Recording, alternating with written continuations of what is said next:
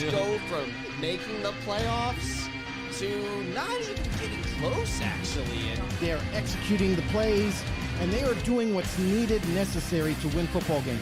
They just didn't show up again. Another team showed up to play with a game plan, executed the game plan, and then the Bills did not. Just a couple of guys, a couple microphones, and a heck of a lot of no. It's Football on the No with Jim and Joe.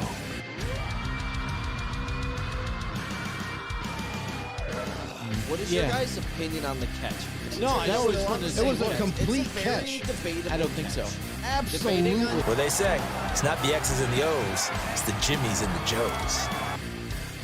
All right, what's going on, everybody? Welcome to another episode of Football on the No. I am Jim McPhee. We've got Cody over there in the corner. Of course, alongside of me is Mr. Joe DeCapita. What's going on, Noodles? Welcome back for another edition of Football on the No Show, where you, the fan, become the show. That's right. Be in a no, and why don't you do us a Know-it-alls. huge favor? Help support this great channel that we have going on here and this great football community of ours by heading over to YouTube, hit that subscribe button, also hit the notification bell, let you guys know when we go live. And as well, you can follow us anywhere you get, that's right, your podcasts. iTunes, Spotify, you name it. Just drop a follow there as well and take us along with you. Simple as that. Take us along for the ride. Absolutely, Joe. I mean, what a ride it's been. I mean, we're on like 6 years now or something like that. It seems like we've been doing this forever, but it's amazing, and we love the second sport so nature at much, this so- point. Yeah, just about. You know what I'm saying? not But the case now for we me. have Cody alongside with us. So Whole new it's a lot ride. of fun. Yeah, and so you know what? It's almost draft time. It's coming along. We're going to talk about team needs in just a little bit, but I found something interesting in looking through some articles today, and I found out that just as of yesterday, that New York State. The regents now had passed a new law which prohibits the use of Native American names, mascots, imagery in all public schools now, Joe. No kidding. Yeah, I thought that was pretty interesting here because we've seen, the big thing with the Washington Redskins happen and go down and stuff like that, and about Native Americans. And that name has always been kind of challenged for a long time throughout, it's being there. But now we're seeing this trickle effect happen now to local schools. Our children now are facing these things here. And now these mascots are changing. We've seen them change a little bit too because of sensitivity and slightly decrease the imagery and stuff like that, and even in mascots. We've seen it with the Cleveland now Guardians with baseball.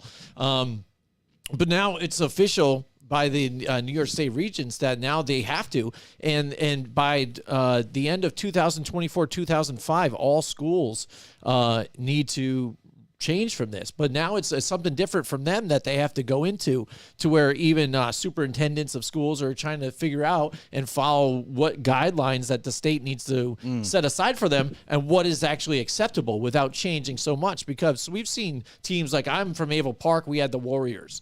And of course, it's gone from having, a Native American up there, jumping around with the tomahawk to the spear. That's sort of like your Seminoles, Florida State Seminoles. So now will we just be Warriors and it's just blank? I'm not sure. So it's a little different now. But now states are actually taking notice and making it an actual rule now. Yeah, I disagree with all of it. I mean, don't change something that's part of tradition. I mean, that's really what it comes down to. I know, like my alma mater with Columbia High School, like they're the Blue Devils, and they've tried a couple of times to change the name, change the logo, but it, drastically failed. Like parents, students, all voted it down both times unanimously, and it never got anywhere, never gained any ground to change the name. So I still feel like a lot of the traditionalists, maybe parents that went to that school and their kids are going to the school, or just students altogether, they're going to resist the change. They're going to resist the change because it's always been there, because that's all they know. And any of the names or logos that they use, it's all tradition. It doesn't mean any harm to like whether it be a tribe or Native Americans out there. Like a lot of times, like even the Washington Redskins, when they were called the Washington Redskins, there were actual Native Americans. The reason why they had that face on as the logo back then was an actual chief from a real tribe, and it was paying homage to him. Mm-hmm. And his family, when they decided to get rid of the Redskins and got rid of the logo, they were a little upset. They were like, "Oh, you were gracing my father with honor, and now you're going to get rid of the logo. You're going to get rid of the name." And it's kind of, it was a pride thing for them. So it's not in all cases. I get it, but for the most part, it's all in honor. It's all in homage to the name and the logos that they choose. Yeah, you make a lot of good points when you're bringing that up, Joe. I think this is just kind of what we're going to keep seeing with the increase in like cancel culture and all that stuff, because the people who are complaining about this, I can almost guarantee you, are not people of like Native American descent. It's other people who are like, oh, well, if you look at it this way, it's kind of offensive to them, right? And it's like, these aren't the people, these are like the Karens. These are the people who it just doesn't affect at all. But they will keep complaining. They'll keep wanting change to anything that could even like kind of offend at somebody out there. Yeah, I know what you're saying though too. I mean, again, I've seen it. I'm on my end again. Like I said, I'm part of the Avo Park Warriors, and Blue Devils. I mean, but who's going to be? Is there a devil out there that's going to be offended by Blue Devils out there? I mean, I understand what you're saying, Joe. Yeah, without poking fun so much. The biggest thing of that for devils is it's anti-religious. Anti-religious. So you might have some people that are religious, but like, we don't really want that. And that's kind of been the big. We've even seen it in some college teams have changed the names. So you said even like that they wanted to change the names to like the Goose or the Geese or whatever. We've seen some of these teams that were something like that, and they've changed their name completely to like the Mongoose or something like that, something different that's not a very harmful type of animal or whatnot. But who knows? But what's going to happen now? I've seen this happen with multiple states. So once this goes into effect now for us here and now other states alongside it, will there be more pressure? I just wonder about some of these other teams because now they're going after not only because I understand with the big nose and everything, mascots like the Cleveland Indians, calling them Indians. They're not from India. They're Native Americans. I get it. You know what I mean? Chief Wahoo, all that stuff. But you do have the Kansas City Chiefs who do have an arrowhead, right there as part of their logo. Right. And some of these schools are removing some of that type of stuff. Which is ridiculous. Any kind of thing that resemblant to that, which, again, I think on the other hand, without, poking fun or whatever, being extreme, I think at times people got to realize that it's even honoring in the Native American tradition, and even that, there were these people here that were the people before settlers came and things like that. And the fact that they had used arrows and to hunt and do things, and they were real true warriors and about their heritage. So I think sometimes with some of it, we're going to erase some of that history, I think, with other places that and things that go on in media to bring up, awareness about other cultures. I don't know about how much it's going to be taught in schools anymore, and the fact that they're erasing some of this culture from some of these teams, where I think it's like an honorable tradition, and you kind of honor that type of, basically heritage.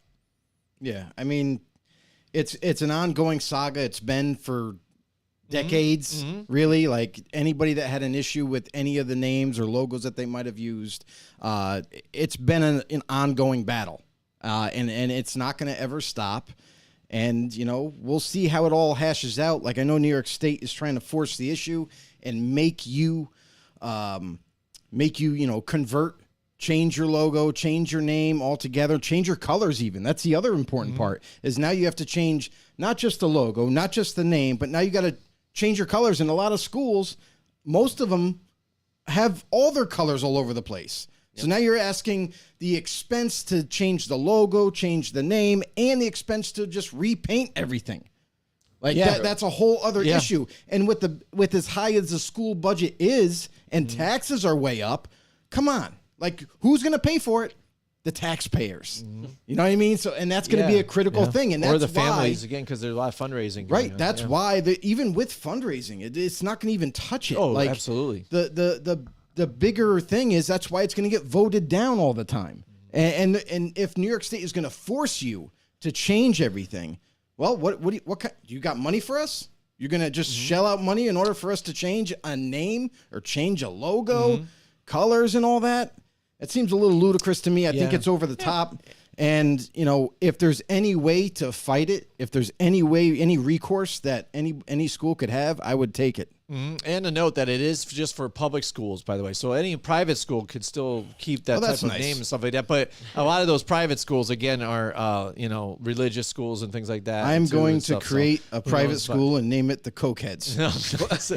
Cocaine Bears. There we go. We are the Cocaine Bears. There we go. You can't touch us. I'd go to that school. All right, so I thought that was interesting. I saw in the headlines. What are the other headlines that happened this past week here? Jalen Hurts now signs a 5-year extension for $255 billion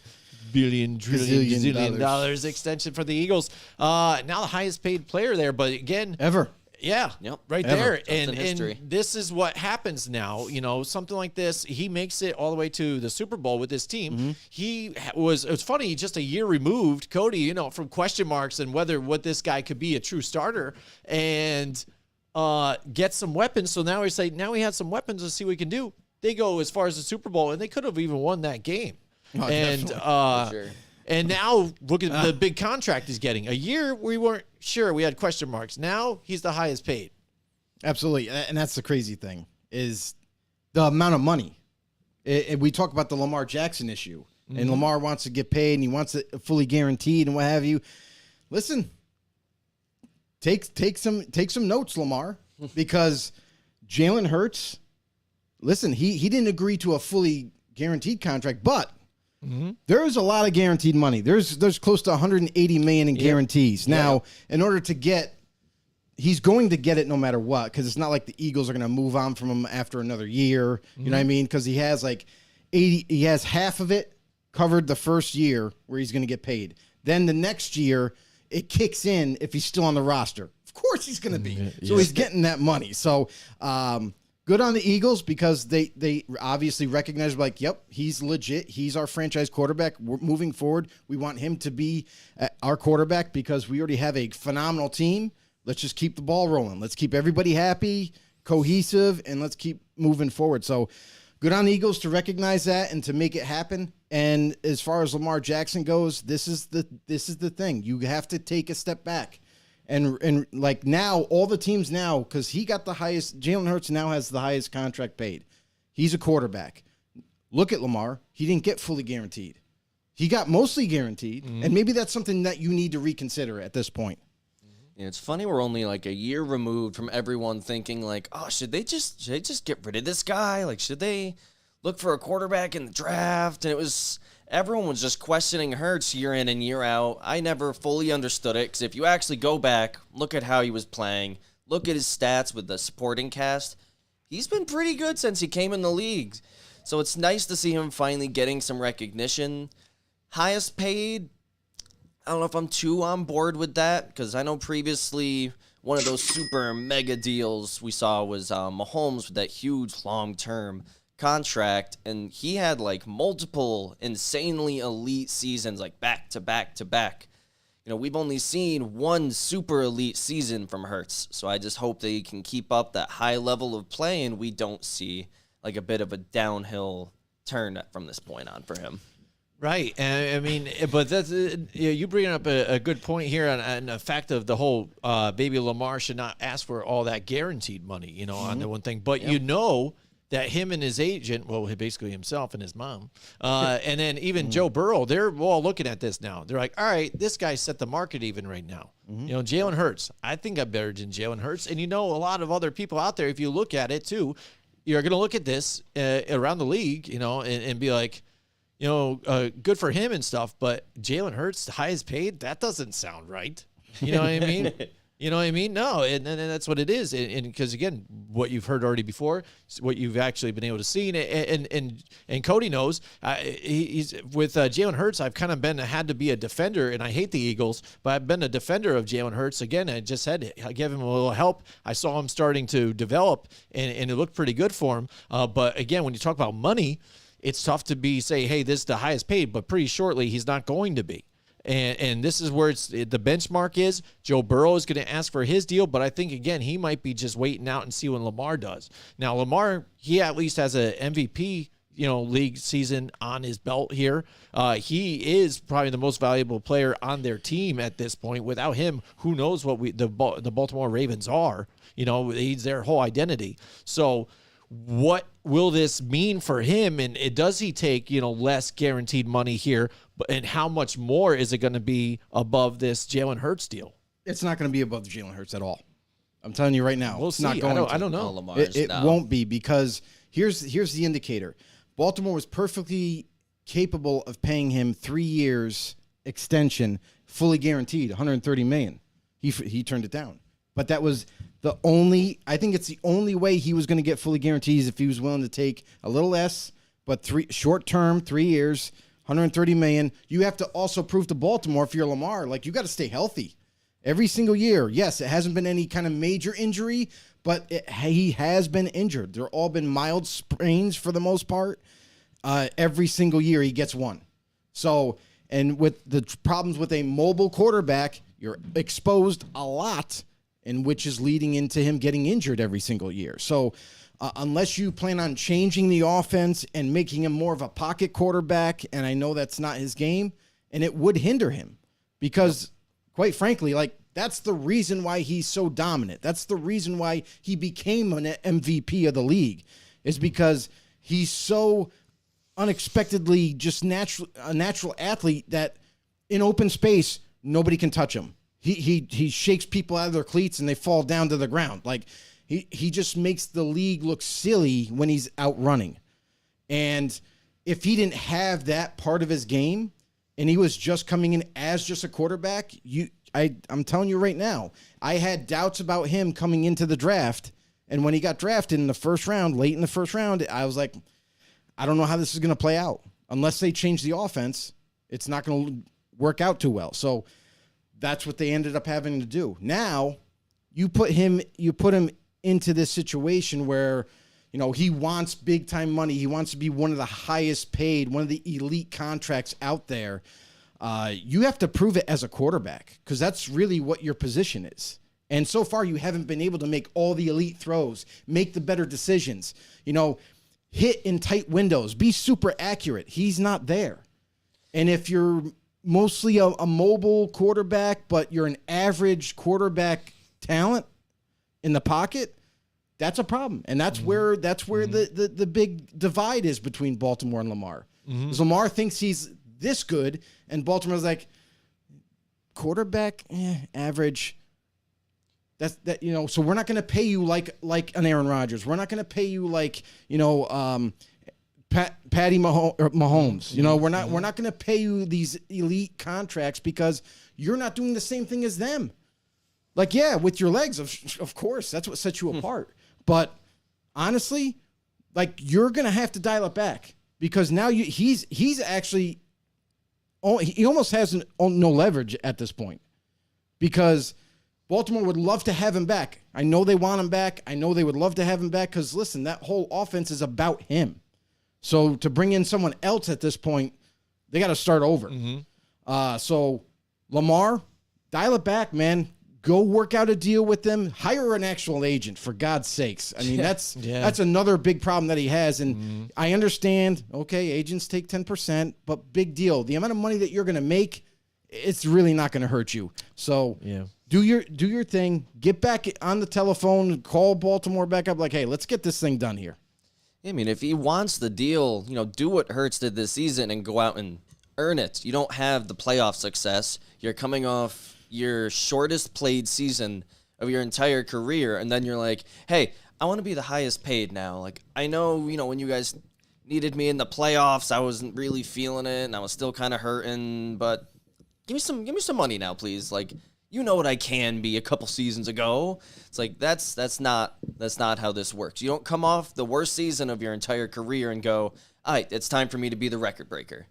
You want that money, sign a short-term deal, go and earn it, and then maybe restructure when you have some leverage. Because right now, they're not going to pay you record-breaking money when you're not a record-breaking quarterback. Right, and that's the other thing, too, is he wants fully guaranteed. That's not going to happen.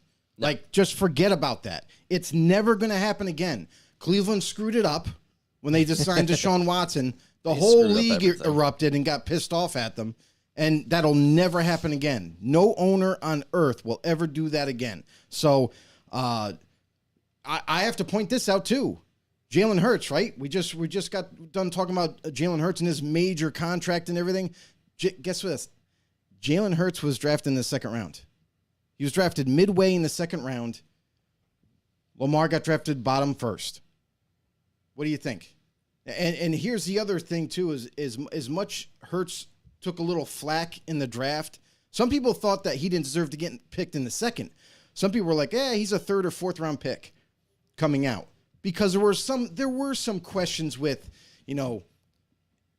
his accuracy a little bit. Maybe a little bit of mechanical work that he needs. But he had the body type, he had the mobility, and here he is now getting the highest contract of all and is proving all the doubters wrong. So, Lamar, maybe you do what Cody just suggested. Maybe you just shut the fuck up. Go get your go get a deal done no matter what. You're going to get paid, but maybe not as much. But just go get the deal done. Do a short-term deal. You're 25 years old. Do a 3-year deal, lock it up, play for 2. And if you can stay healthy for 2 years and give Baltimore back what they're looking for, then your third year, now you can be like, hey, let's work on a big-time deal now. Shut up! Yep. Silly woman. There you go. We actually got our first comment coming in for tonight. Mr. Brandon DeCapita. What's going on, brother? It said, Eagles put too much Brother in the into one house. player. Hurts is good and had a great season, but at a heavy cost over the next 5 seasons. Yeah, but you know what? I think they've done a phenomenal job with orchestrating this contract because that guaranteed money, as big as it is, the later part of those years, they're not going to be so crazy. They're going to be kind of light at the later part of the year. So, yeah, initially, first couple of years, going to hit them pretty hard for sure. But then those last 3 years, they're not going to be paying nearly as much as some of these other quarterbacks that they're going to make, looking forward. Yeah, and some of these guys that they have currently are locked in for a few. So, again, if they Young made team, it too, as far as they did this part. season, that's what they're trying to do is make another comeback and another run to do it. And it's funny here, too, is because I haven't heard so much debate with this contract as much as like we did when we talked about Dak Prescott wanting to be one of the highest paid. Remember when we talked about that? With the whole situation? You know what I'm saying? Absolutely. And yeah, there was a reason why. Yeah, I know, but it's just funny because there were questions about Jalen Hurts and what his ability he could do and stuff like that. But I think I still we didn't have any questions. I didn't have a problem with it, and that's the thing. It's more the professionals, right? And now when I look at it too, again, it's like it's funny because I had a harder time saying, well, Dak, he's not worth it this much. But when now Jalen Hurts getting paid, I'm like, I understand. I don't think it's the right thing, but I understand it, and it is what it is at this point. And they did what they did. He's made it farther than Dak Prescott has, I guess, then too. But yeah, and that's the thing. And he showed more, I think. The reason why we were debating that Dak Prescott deal is because look at him. We knew he wasn't as productive as everybody was projecting him to be. Mm-hmm. Banged up all the time. Mm-hmm. Then when he comes back, he's not that stellar quarterback that the Cowboys thought he could have become. He just never amounted to anything. And you're looking at guys like Cooper Rush coming in and lighting the league on fire as a backup quarterback. And it's like, wait, it's got to put you back in your seat and be like, wait, did we do the right thing? Did we? I know we needed a franchise quarterback, but was this the right move? And it's showing you it wasn't. He turned the ball over in the last 2 seasons a ton. Had the most interceptions thrown as a quarterback this past year. Beat out Derek Carr. In Derek Carr's worst season, he got beat up by Dak. So he didn't even play the whole season. Dak Prescott was just it's insane to me how he got that $40 million on average a year deal, and now he's locked up with the Cowboys. And now the Cowboys are like, what to do? Do we draft Hendon Hooker this year? Like, could that be a possibility? Because maybe they do need to look for the future yet again. Because the answer isn't Dak Prescott. You paid him a boatload of money, and now just like the whole deal with Zeke, Ezekiel Elliott, that big contract that they paid him. They got out of it, but not unscathed. I mean, they had a lot of guaranteed money still has to be paid to Zeke in the remainder of that contract. And, man, I don't know about the future for the Cowboys, but it's not looking too good contractually. Yeah, absolutely. So, I mean, it's something, again, it made the headlines. We'll see what happens with these other quarterbacks, that are looking for new deals. Joe Burrow, again, another guy who's been very explosive in his first couple of years. His money's coming. So his money is coming. So we're going to see these guys break the bank as we keep going here. All right, before we move on, though, sure, but now that you brought that up. Absolutely. Here's the other thing, too, is when is it enough? When is enough? Because the quarterback contracts, as far as I'm concerned, are getting way out of they're getting way out of bounds here. They're going through the roof. They're going, and it doesn't seem like there's a cap. So that's the biggest issue. Is like they capped the running backs. They're like, all right, that's it. Okay, no more $14 million contracts. We're done now. We're not paying running back squat anymore. We're going to reset the market. Everyone's getting lowballed. You know what I mean? Mm-hmm. When's that going to happen for quarterbacks? I understand. I don't think it's going to. I think it has to. We say it has to, and I think we've been asking this a long time when we've been talking because about QB. Here's the thing. Okay, quarterback or not, if you're paying, let's say Jalen Hurts, he gets paid this kind of money, right? And you can't predict the future with this guy. Like, he's been doing great. I think he's going to continue to do great because that's what is trending towards, greatness. But going forward, let's say career-ending injury happens. Season-ending injury happens. Comes back, isn't the same. Like, we've seen this happen before. What are you doing over there? Nothing. My mic. It did? Yeah. How? I don't know. There it is. Back. It's back. That's weird. No, I heard you. Cut me off. You were you. coming. You're fine. No, my mic cut out. I don't know why. It was like maybe my headset. That is strange. It might have been the headset. But, 'cause I can hear yeah. you pretty clear. Interesting. Anyway. So, Moving forward. Okay.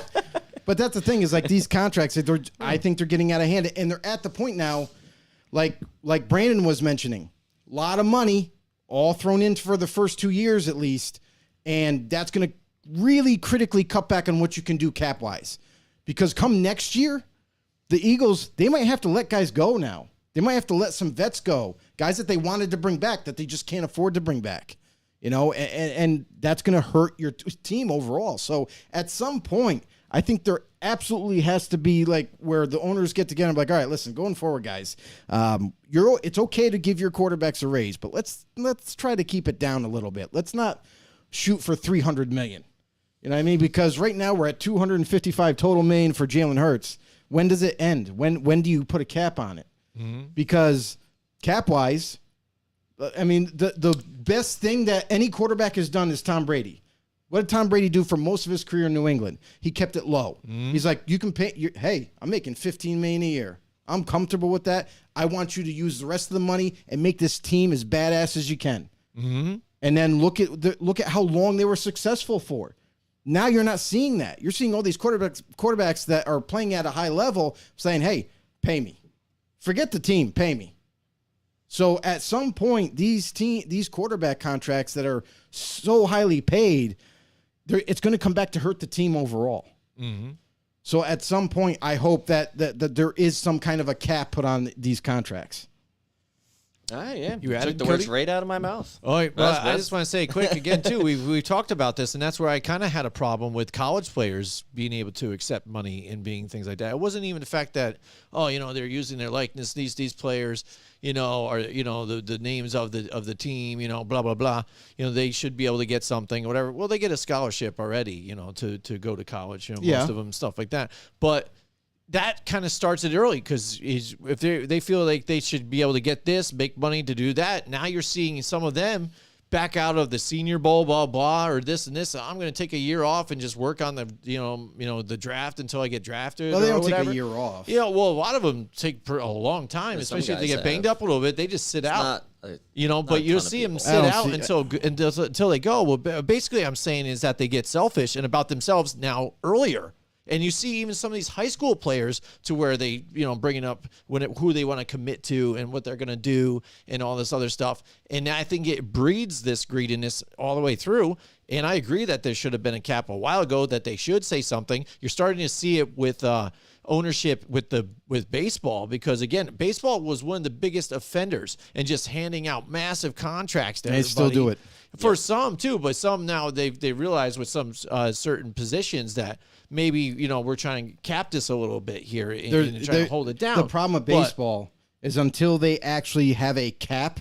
Oh yeah, it's always going to be. There's always going to be a team that overpays for a player or two. Yeah, like it's going to always continue to happen in baseball. There's no getting around it. Right, and then they follow the NBA, and the NBA is one of the worst offenders too, as well, with the money and what's going on. And missing even to have the players have more power than ownership in the league itself. That's scary, you know what I mean? Because it leads you into they're all not business people.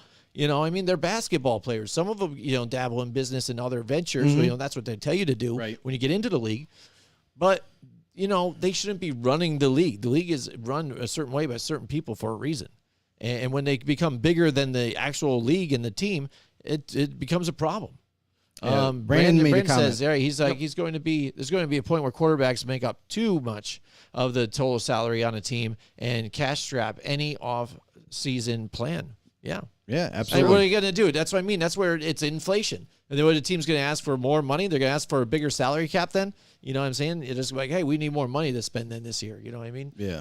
It also said hockey players are the toughest, most athletic people in sports, and they get paid the least. Yeah, it's because the sport's not as popular. Right. So there's not enough money kicking around. And that's the problem, too, because they know it. The players know that the league has so much money circling around. So they're like, we want a piece of this. Crazy part, too, is the reason why hockey isn't as big, or I say it's still popular, but I think it's the media money that other sports get that the hockey doesn't, because hockey's not on national TV all the time. Like, you might have, like, Wednesday night hockey matchup, you know what I mean? And that's it. Like, there's not a big push media-wise that's, spending media dollars in that sport to actually catapult them to become one of these bigger ones. And I think that's what really hurts them. I think the popularity is still there. I mean, they're selling out, $40, $50, $60,000 seats every time there's a hockey game.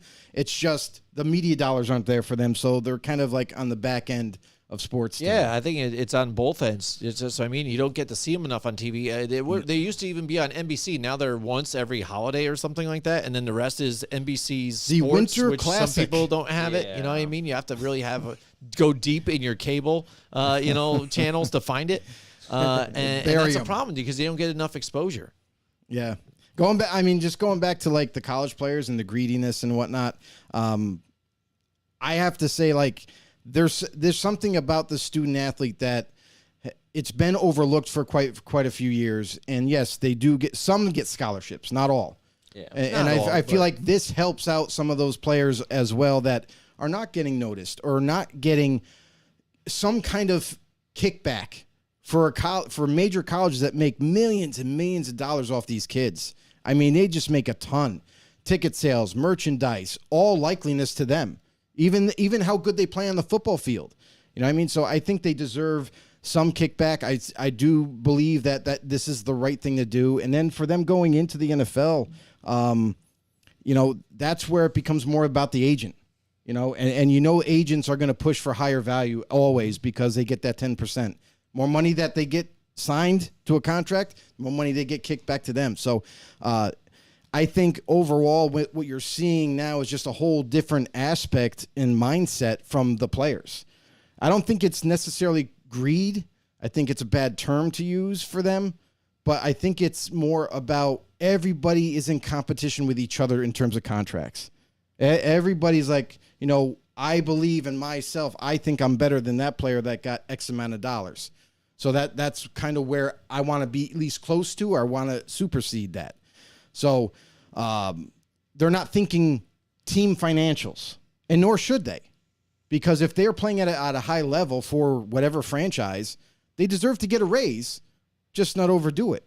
And they're not thinking that way. They're thinking like, hey, I outperform most of the league at my position, so I think I should get a good contract. Then his agent takes over from there. Mm-hmm. It's not like the players in the negotiation table and saying, hey, I need to get paid more, like a lot more, like more than you can afford. Like, I don't think that's it. I think it's Sometimes it is. I think it's no, it's more the agents. Really, the agents are the one that are taking because taking that's that what their over. job has to be. Yeah, but Absolutely, and that's it. So, and in a nutshell, the agents are the ones constructing these contracts. And then when they call the player and be like, "Hey, I got this deal. This is the best deal I can get you. 5 years, X amount of dollars. We got to sign this." And the player's like, "All right, I'll be right over." You know, they're really not involved in that whole negotiating for money. So, Eagles, good on them. I think it's a good contract for what Jalen Hurts has provided for that franchise. And going forward, let's see where all these other contracts go, because next one that's got to fall, I think, is Lamar. I think it has to happen. Like, now that you actually have like a gauge now. Like, you can bring it back to Lamar, but like, look, this is Hurts' contract. Okay? You're asking for this. That's more than Hurts got. But what did Hurts do for his franchise? And I know it's not a single player thing. I know it's a team game, but he helped the Eagles get to the Super Bowl. We haven't been there in a long, long time. So until you get us to the Super Bowl, we can't match a contract like this. Well, he can also defend what weapons do I have besides that? You got a lot more now, so you got no really excuses. think so. You got no excuses now. You got more than just a tight end. You actually have a receiving core and a tight end to throw to, and a running game. Lamar, wake up. All right. Lamar. All right, so there you go. Jalen Hurts gets his deal, and so next up, we've got on the docket here. Now, teams have been contacted, the 49ers, looking to potentially trade for Trey Lance. Now, we heard via Ian Rappaport. And I think that's pretty interesting, too, because at first, when I first heard it, too, is almost like the 49ers even were seeking trades here to probably do it. But that's not exactly the case. It's just that teams have actually reached out to the 49ers and said, hey, you know, with what's going on with, you know, your quarterback situation, now it seems like you're sold on him, you know, and now you've got Sam Darnold here in the backfield now too. That's a good backup. What would you give for like a Trey Lance and things like that, you know? And we know Trey Lance, they went out and got him early, you know, a few years back.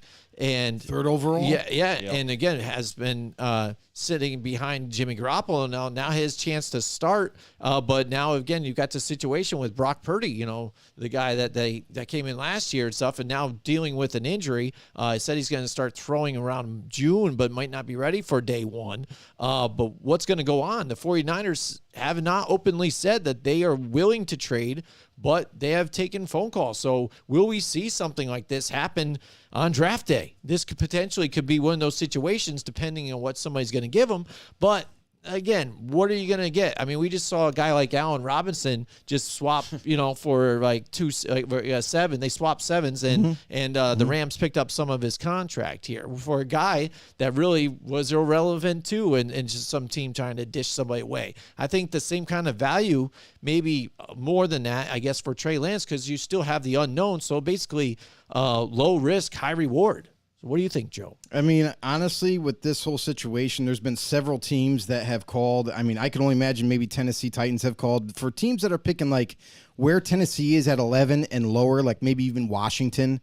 I mean, I know they got, you know, Sammy there at quarterback, but I don't think he's the he hasn't proven yet that he's going to be the future for that franchise. They could use another guy put in there for competition reasons.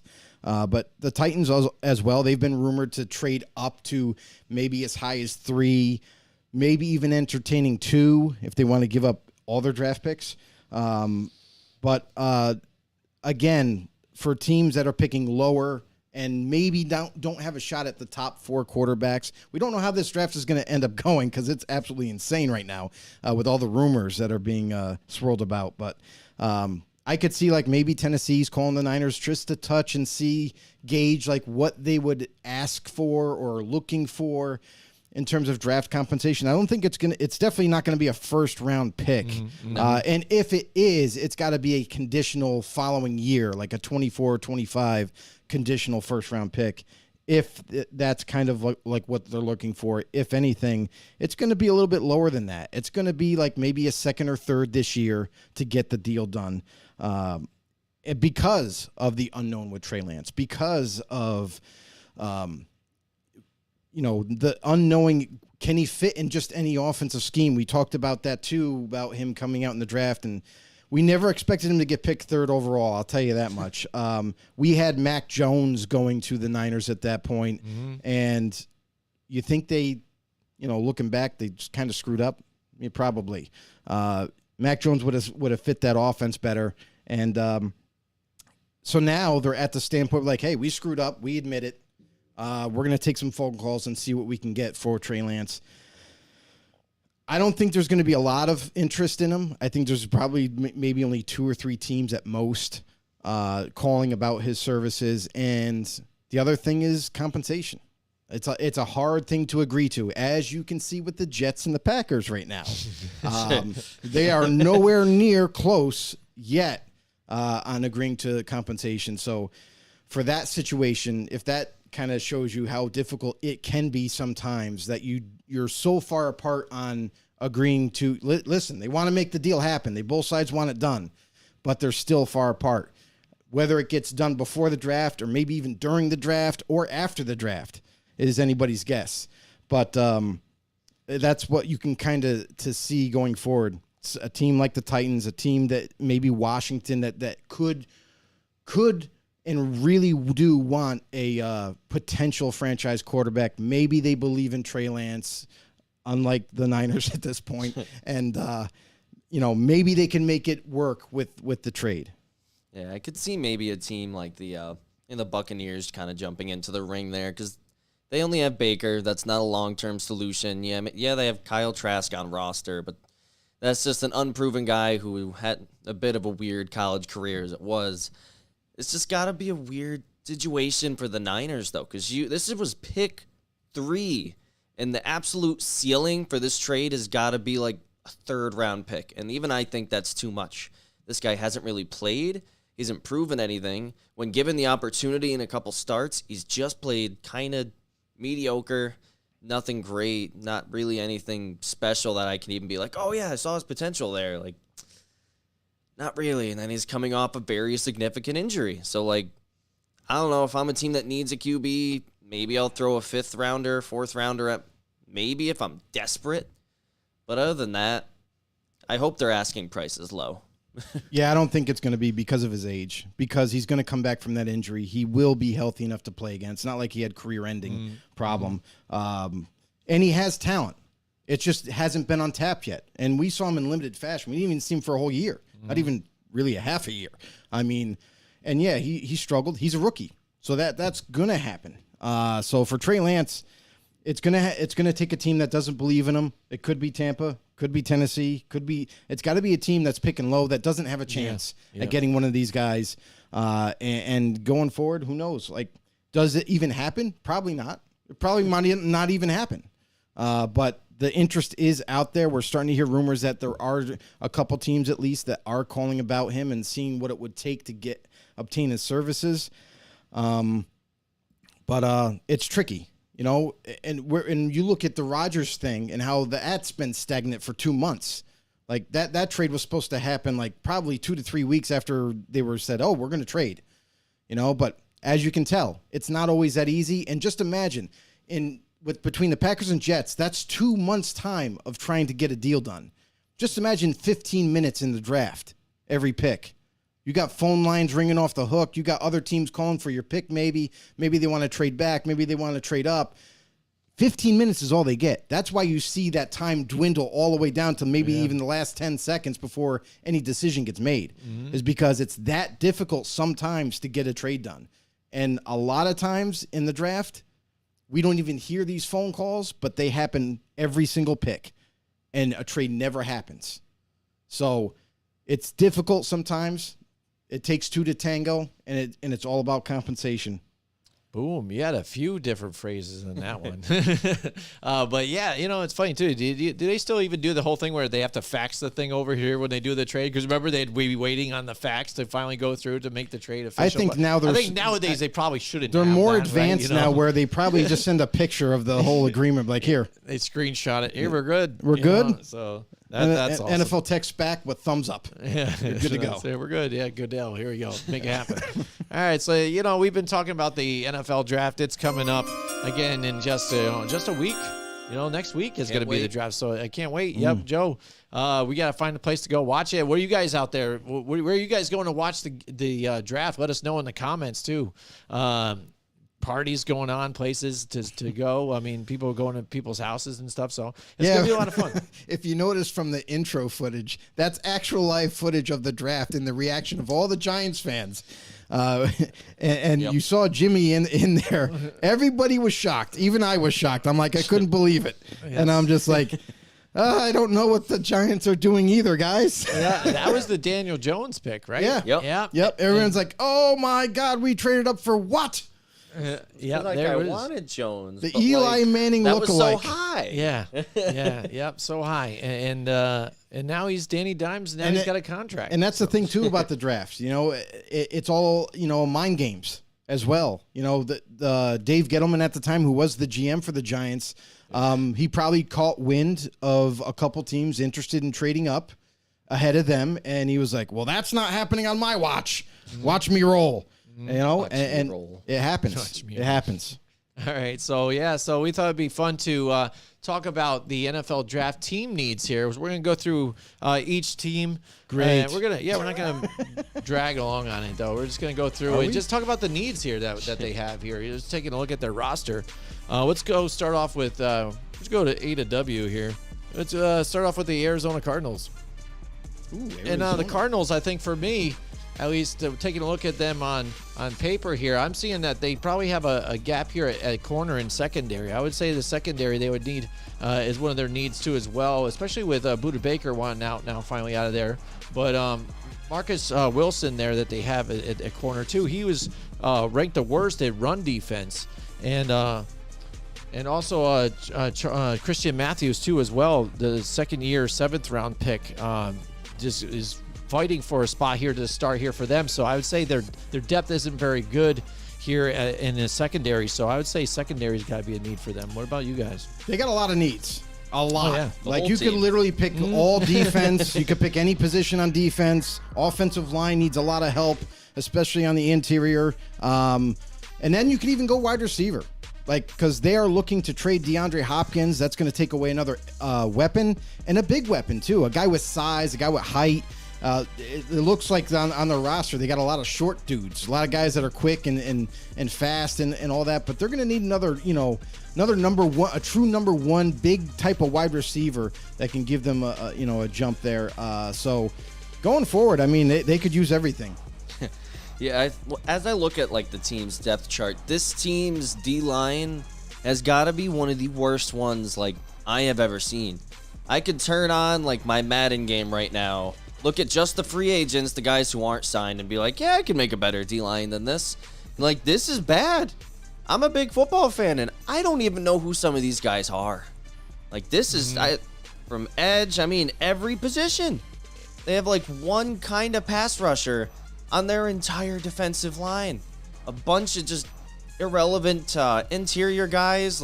This team is just not set for the future. They need more draft picks. You're going to need a lot. Yeah. When you even talk about a guy like J.J. Watt, who didn't even play well or enough for them leaving and being a factor, your line was pretty bad. It's true. Just a few years removed from being pretty decent when they had Hassan Reddick and guys there. What a difference a couple years makes, you know what I'm saying? The turntables have turned. I will say this about the Cardinals, too, is I feel like the last coaching staff that was there, Cliff Kingsbury's, him, I think offensively, he wasn't a bad coach, wasn't a bad offensive coordinator, but I believe the defensive side, they didn't even know what to do with the players they had. They had no clue when they drafted Isaiah Simmons, who was more of a hybrid, could play safety, could play linebacker, could play edge type of player, and they didn't even know what to do with him when he first got there. They tried him out off the edge, they tried him out at linebacker. It was like they kind of moved guys around as chess pieces a lot, and they were just trying to figure something out. Okay, well, who plays good this week at what position?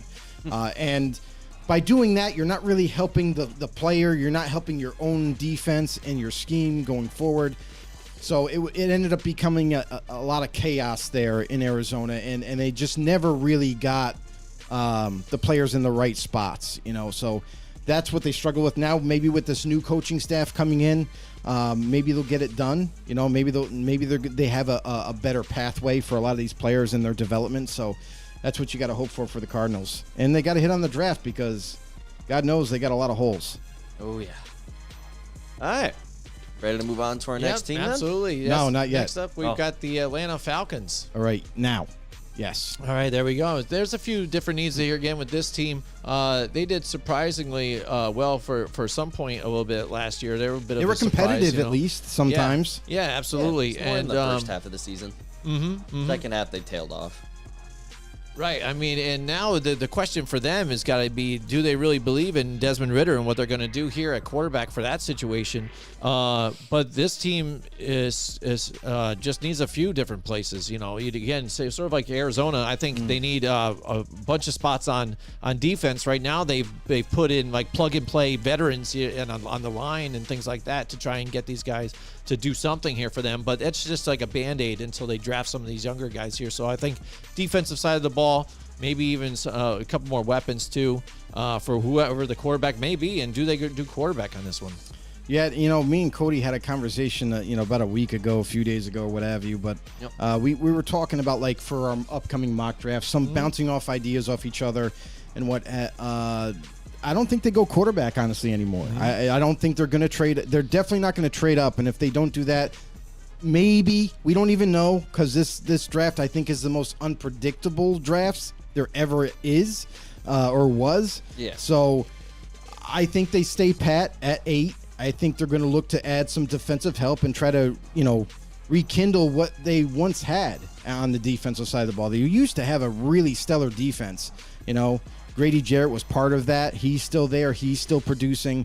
But as far as, some of the holes, I think they're good on offensive line. I mean, there's some guys that aren't well known in the interior that are still decent. They're not great, but they're decent.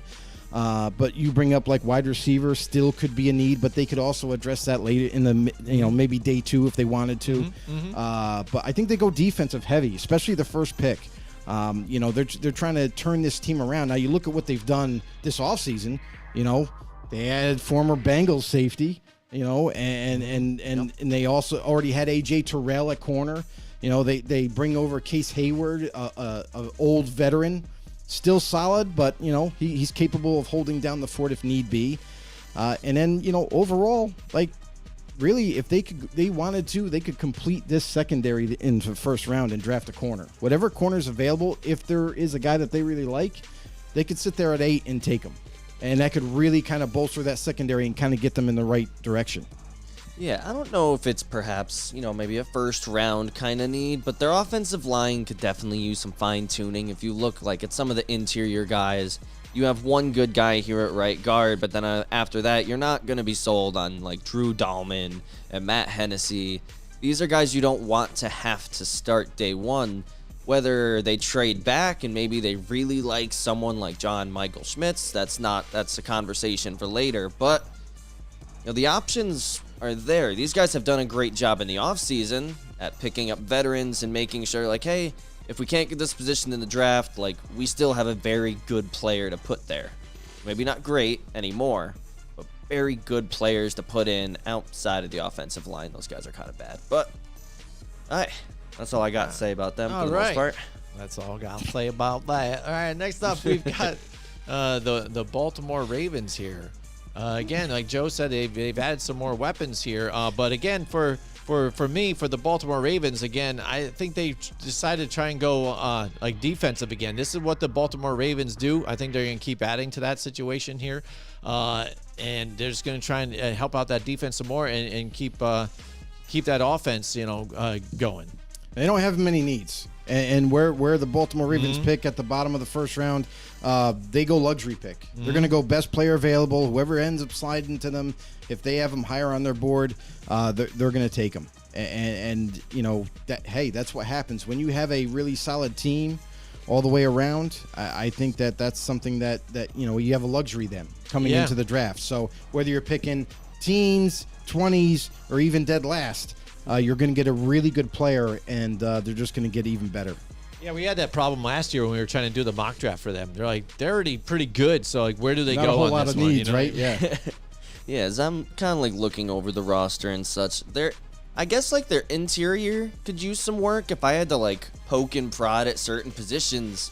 You know, I mean, like D-tackle, DN, they could use some more of those interior guys. Maybe someone who's a real like difference maker, not just a very solid plug-and-play player.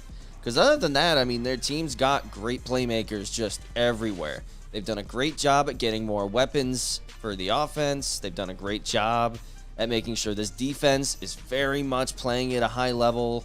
So that's basically the only weak spot I could even find after looking this over. It's one of the organizations that have done such a good job of just taking care of their needs ahead of time.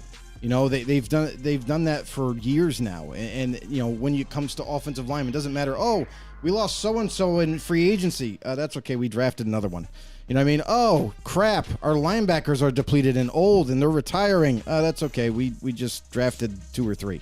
You know what I mean? And they all seem to pan out. Like they've done such a great job scouting-wise, evaluating talent, and adding to their roster throughout the years. It's been remarkable, really, to withstand that type of turnover on a roster and still be really good. All right, I guess I could bring us into the next bring us one into here. the next one, Cody. So we got the Buffalo Bills coming up next. And everyone will probably be like, these guys, they're the Bills. They got such a great team already. But as I'm looking, if this team really wants to get to the next level and stop kind of getting like stuck at the final hurdle when they're just about to get to the Super Bowl, maybe help Josh Allen out a little bit. You know, right now they don't have superstar power at all at the running back position. You have, you know, a bunch of like one-hit guys who can catch and are kind of fast, guys who are hard runners. You don't have an RB1, and this is a good season where you're like a guy like Bijan Robinson could be there for the taking. Like this could take that offense and take it to a whole new level. Or maybe if they're not sold on, you know, maybe Shakir on offense as their slot wide receiver going forward, they could look into some guys there. You know, Hyatt is probably going to be a very high-level slot wide receiver. So, I mean, these guys are going to have a lot of options. Absolutely. And that's the thing with Buffalo. Like, they're another team. They're not as complete as Baltimore's roster, I would say. You know, where they just really don't have a whole lot of needs or hardly. Bills are a really good team. Like, they're close to what Baltimore is, where absolutely no holes. They could take best player available and really kind of just add to the you know, whether it be offensive line, whether it be defensive edge, because there's some guys that are going to be aging out. And you know what would be absolutely insane is if they were to they had Ed Oliver as their first round pick. Imagine having another D tackle that is explosive like him, maybe a little bit lighter, and Kalijah Kancey, if he happens to slip down the first round and happens to slip to them. Imagine putting those two together side by side. That would be kind of scary.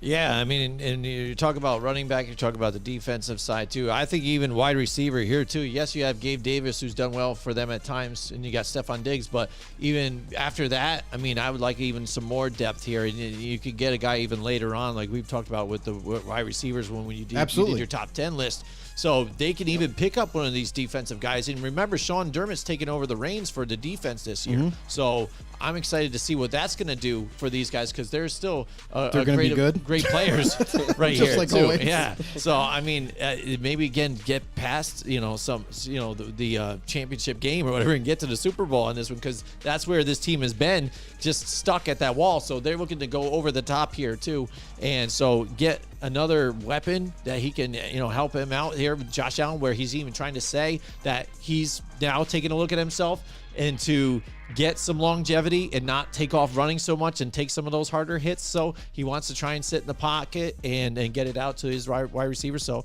maybe get him another weapon on top of that. The other thing that I'll say too is like Von Miller is not getting any younger. No. So an edge player might be in waiting for them in the first round. That way they can get ahead of the game.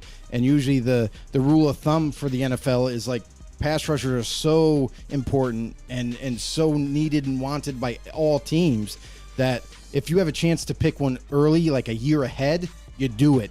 And that way you'll never, miss a jump on that edge. So that's something else to think about too. All right, next up we got the Carolina Panthers. Now it might be. Oh, hold on, we got some comments here. Let's go to comments quick. We got the comments. Brandon says Ritter is our guy for now. He is an Atlanta Falcons fan, and he says need edge and linebacker. So he's looking to do edge and linebacker. Won't be linebacker in the first round. For the draft. Well, he's just talking about needs, and that's yeah, what I mean. edge at 8 about the first round. The one thing that I would say is like a dream scenario would be Tyree Wilson to slip to 8 for them. And the other thing too is I know Chicago was looking for another edge player too. So if Chicago wanted to really mess up Atlanta, they could trade ahead of them if they see one of those elite players slipping down to them as well. All right, so the Carolina Panthers here again. They traded not only 2 first rounders, but 2 second rounders and DJ Moore. Is it hard to say? Yeah. I'm like, man, it's a mouthful.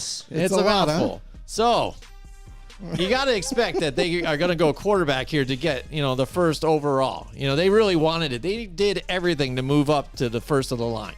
So you'd think quarterback's it for them, and you've got Andy Dalton, the veteran there, yes, to maybe help somebody new to go in and stuff. But who knows? The sky's the limit after that, though. It could be wide receiver even, too. You don't have, DJ Moore anymore, but you bring in an Adam Thielen, a veteran, and you got DJ Shark in there now, but and Laviska Shenault. But nothing too scary or whatever, so they can also go wide receiver on this. But first overall pick, quarterback. Now the only question is, which quarterback will it be?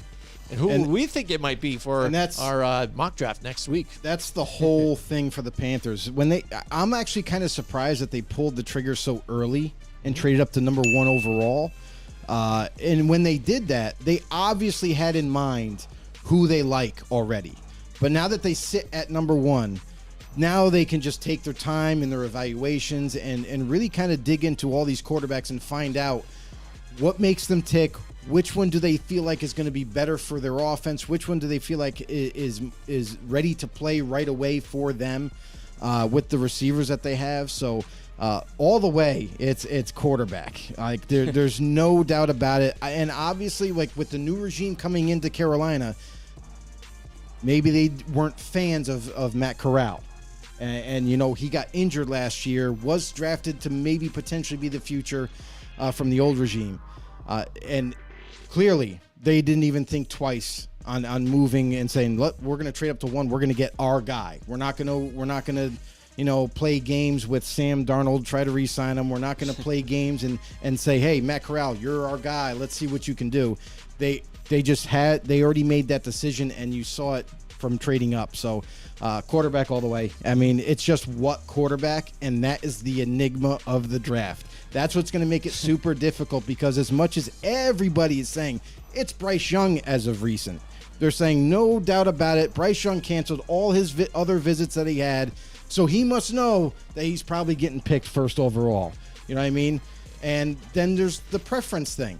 Some people believe that Carolina isn't out of the realm of taking, I know it's shocking, but Anthony Richardson at number 1 overall because of his potential ceiling and what they believe in, what they could do with him in their offense. So, and a lot of people like myself, I still believe it's Stroud.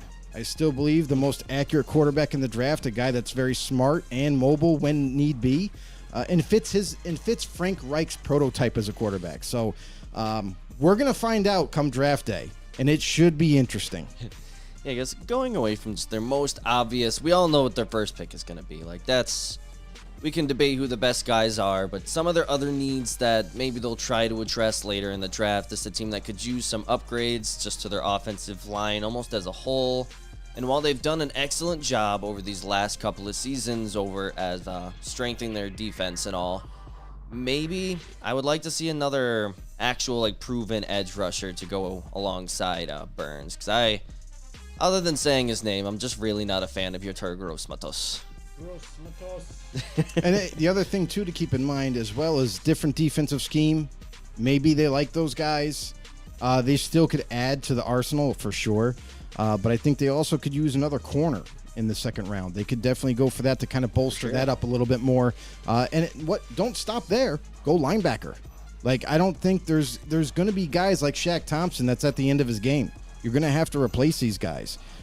So I still think that's definitely one of the younger rosters still for the Panthers, but they're definitely going to be able to address some needs.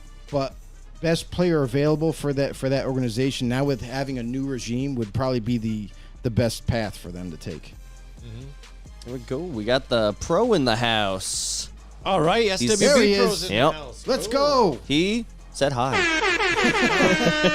Thanks, Cody. Pointing Hi, that out. thanks. Oh, thanks. I couldn't read that one myself. You're welcome. Excellent. So we are doing the Unbelievable. team needs here, going through all 2 teams. We are right here now on the Chicago Bears. All right, the team that just traded out that number 1 pick to the Carolina Panthers. Got DJ Moore now. Now you've got Darnell Mooney, Chase Claypool. That looks a little better for them now as a wide receiver room.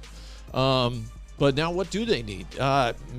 Maybe an offensive line here too. I mean, to help keep Justin Fields up. He made a lot of plays last year, not only with his arm, but also his legs and extending the play. And I think you need to keep him protected and to make sure that you guys can have success here on that offense. They went on a fire sale last year, getting rid of some of their top defenders too as well. But on type of a rebuild, but it looks like it's almost like a retool right now. So I think if they can get some offensive linemen to help get protection for him, I think that'd be an awful big benefit. Yeah, they really like Braxton Jones at left tackle, played well for the time that he was there. Cody Whitehair was injured almost most of the season. He wasn't even there at left guard. At center, they signed a free agent from Green Bay in Patrick Lucas, but I would say that would be the only spot that they would look to upgrade to center, and that's something that you could address on day 2, not really have to do it on day 1.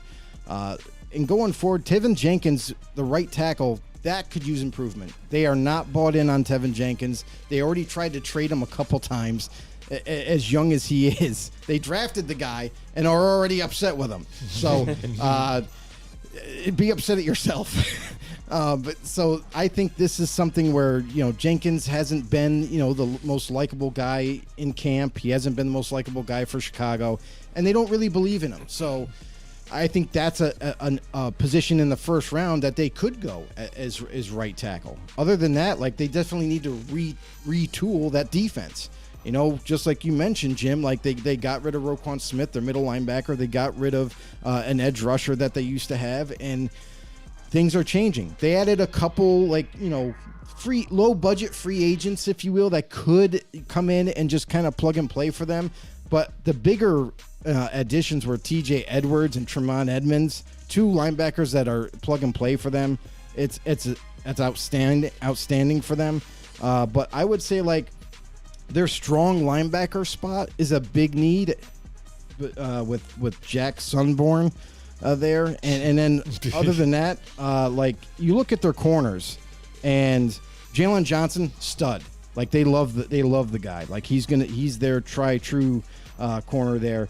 They have some good safeties, obviously, and then one thing that I'm kind of perplexed on is, could this be something where they might look to address safety as well? Because as great as Eddie Jackson is, we've also heard rumors last year that they were going to move on from Eddie Jackson. He was part of that trade, where it was impossible being traded out. So that's something to look out for too. And then we got CJ Stroud Kyler here Gordon, as the safer pick, is what at nickel board was SWB pretty Pro good. says out here. So you think CJ Stroud is going to be the safer pick for Carolina? Okay, All right. right on. Yep. And then he What said, was it? The top 5 picks are Stroud to Carolina. I assume there was 4 more messages. I was going to say, come. maybe there's 4 to come. I assume gonna there's do going to them be singly. more that we can bring up as they come through. Yeah. Cody, what about for needs for the Bears? There he goes. Bryce Young to Houston. He's naming them as I go. Okay. There. All right. So for here, let me switch the camera real quick. So Bears. All right. So for other needs, I mean, you guys pretty much touched on just about all of them. This D-line just as a whole is just going to be the main thing that they're going to want to focus on for maybe the startup of this draft. You don't really have much power coming off edges at all. You don't have much power on the interior line. If they can really hit, say, for round 1, round 2, they get an interior lineman and a dominant edge rusher, this defense could actually get pretty good. You've already got the secondary. You've already got the linebacking core. You just got to really push to get this there. And I think this team, if Fields can step up, could make a huge step up this next season. All right, who we on to next after that? All right. Next team. Next to we have the Cincinnati Bengals. Getting back to SWB's pro, his third pick, right? Yep. Richardson to whoever gets pick 3. Excellent. And Levi's to Colts. He meant Levis, Yes. I believe. The apostrophe. Yeah, got the put in apostrophe threw me off. So that's 2. Does he have one more? there. That's a He has lot one of more, right? quarterbacks. I don't know. All right, so there you go. Next we've got the Cincinnati Bengals. For me, maybe for them again, you're looking at a team that's pretty locked in and what they've got. Yes, they had some tough times here, offensive line still, and having Joe Burrow still take some hits. They did lose their 2 starting safeties and defense too, but I've noticed even too at the tight end situation now. When you lost Azuma, you were able to get Hunter Hurst up in there, but or Hayden Hurst, but now they lost him to free agency. So I think tight end could be a possible situation here for them to go to. Yeah, it's definitely a possible thing. I think they like the guys that they brought in, though. With Drew Sample, they re-signed him. They also brought in Irv Smith Jr., formerly of Minnesota, who they're going to give a shot as the starting receiving type tight end that they like to have. Other than that, I mean, they're pretty solid all around. And when you look at the offense, I don't think they would go that route. The only thing that I could foresee, and we all know that Joe Mixon by now, he's in a little bit of court trouble. Yeah. I wonder if and how long that might hold him out of the regular season. And if it does, I mean, this is also a spot where Cincinnati could look to maybe even look for their next future running back. In the first round, yep, I know running backs normally don't go in the first round. They're kind of undervalued, but there's a couple of running backs coming out in this draft that are stellar, and they would be worth a first-round pick. Other than that, you look at the defense. They got a pretty solid defense. I mean, I definitely think they could add to that defense, especially in the secondary. They do have Dax Hill, who they really like. He's going to take over at that strong safety position.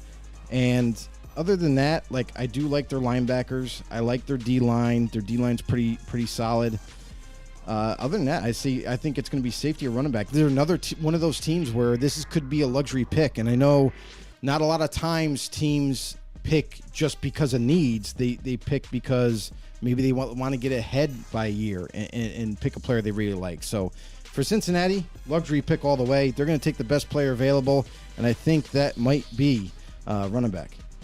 All right, it seems SWB got his 5th pick in, and he said Carter to the Broncos. They don't pick. Huh? They don't. Yeah, they don't pick get in it. the Well, first not round. in the first round, but yeah, he's No. just saying about So what's he talking about? Maybe a trade.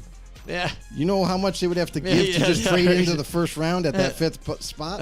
Anderson He's just will going fall through to all 6th or quarterbacks, 8th. so that's what he's doing. Okay, so he still thinks they all go in the top 10. Then I guess he's saying, or unless the Broncos are able to get Carter later on. He said Will Anderson's going to fall to 6 or 8.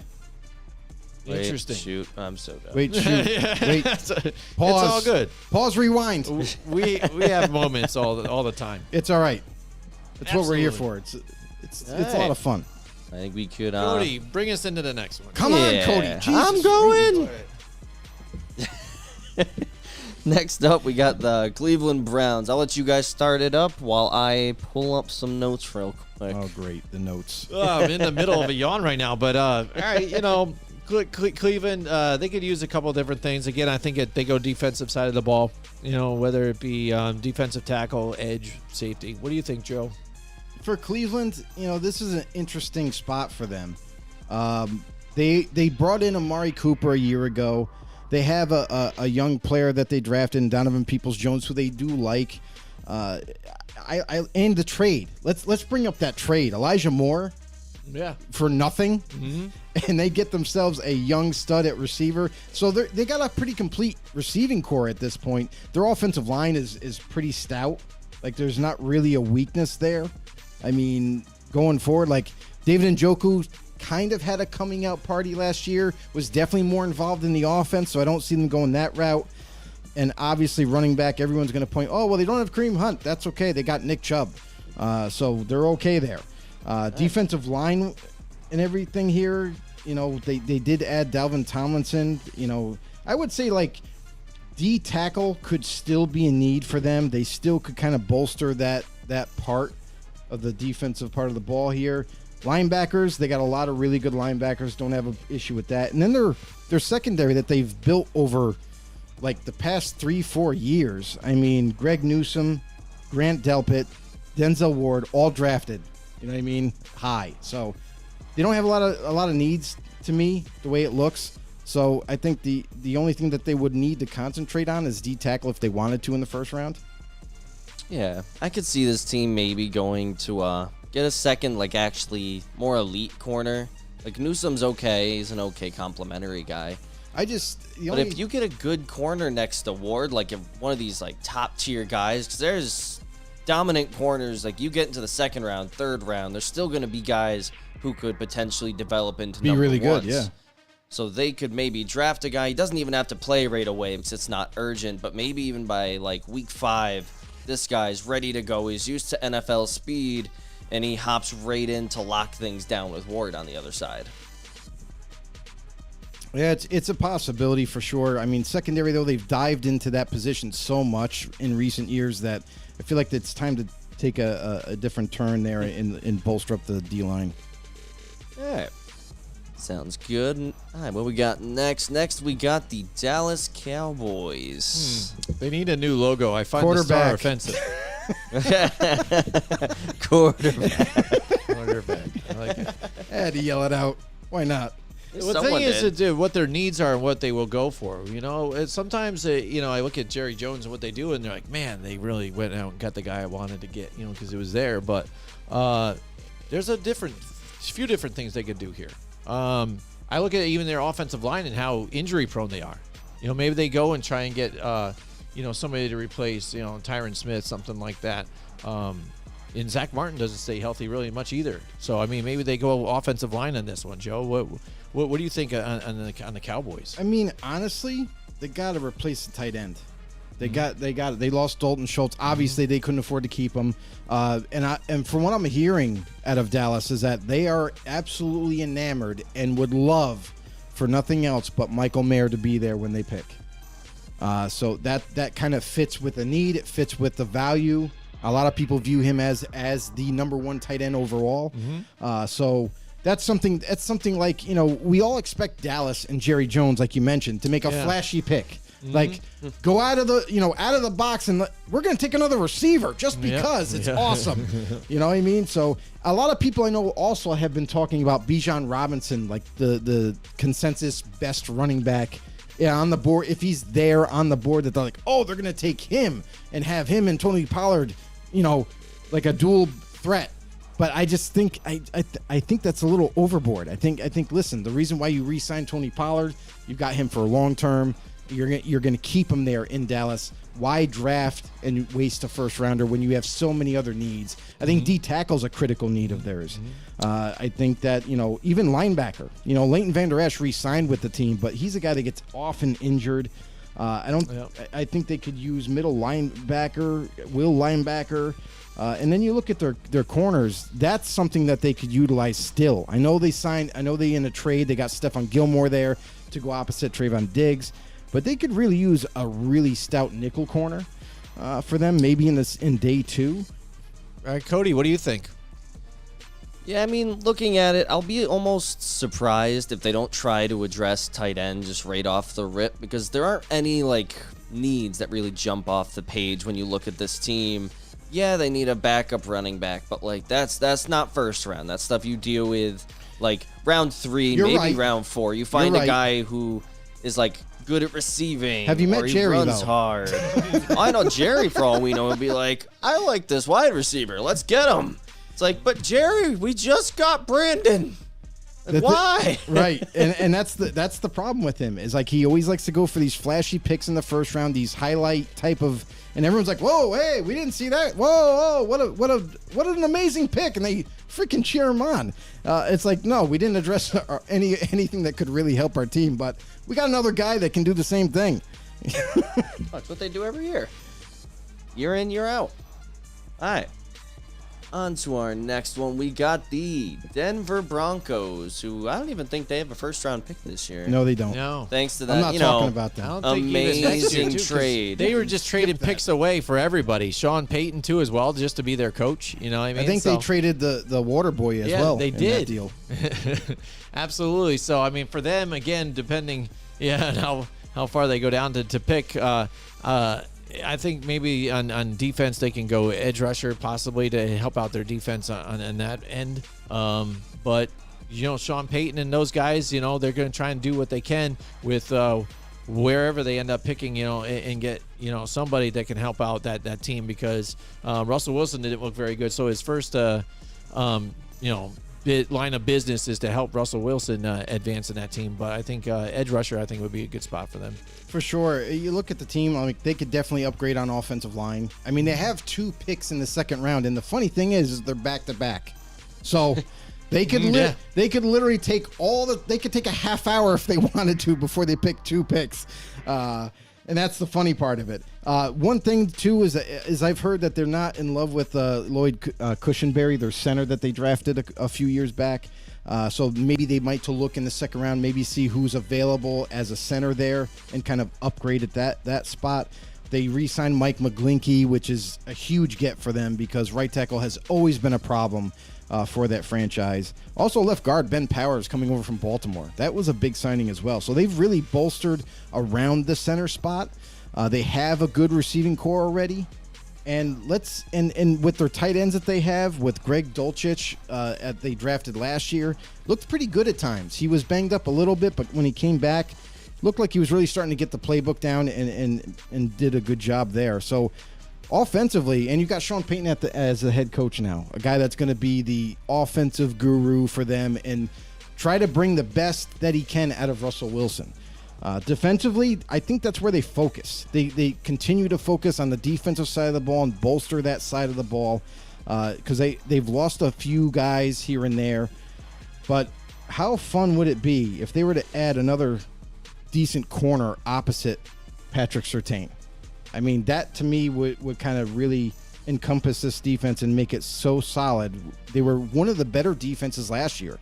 If they were able to add another corner that they really liked in the second round that maybe slid even, or someone that nobody's really thinking of highly and they love him, maybe like a Julius Brents.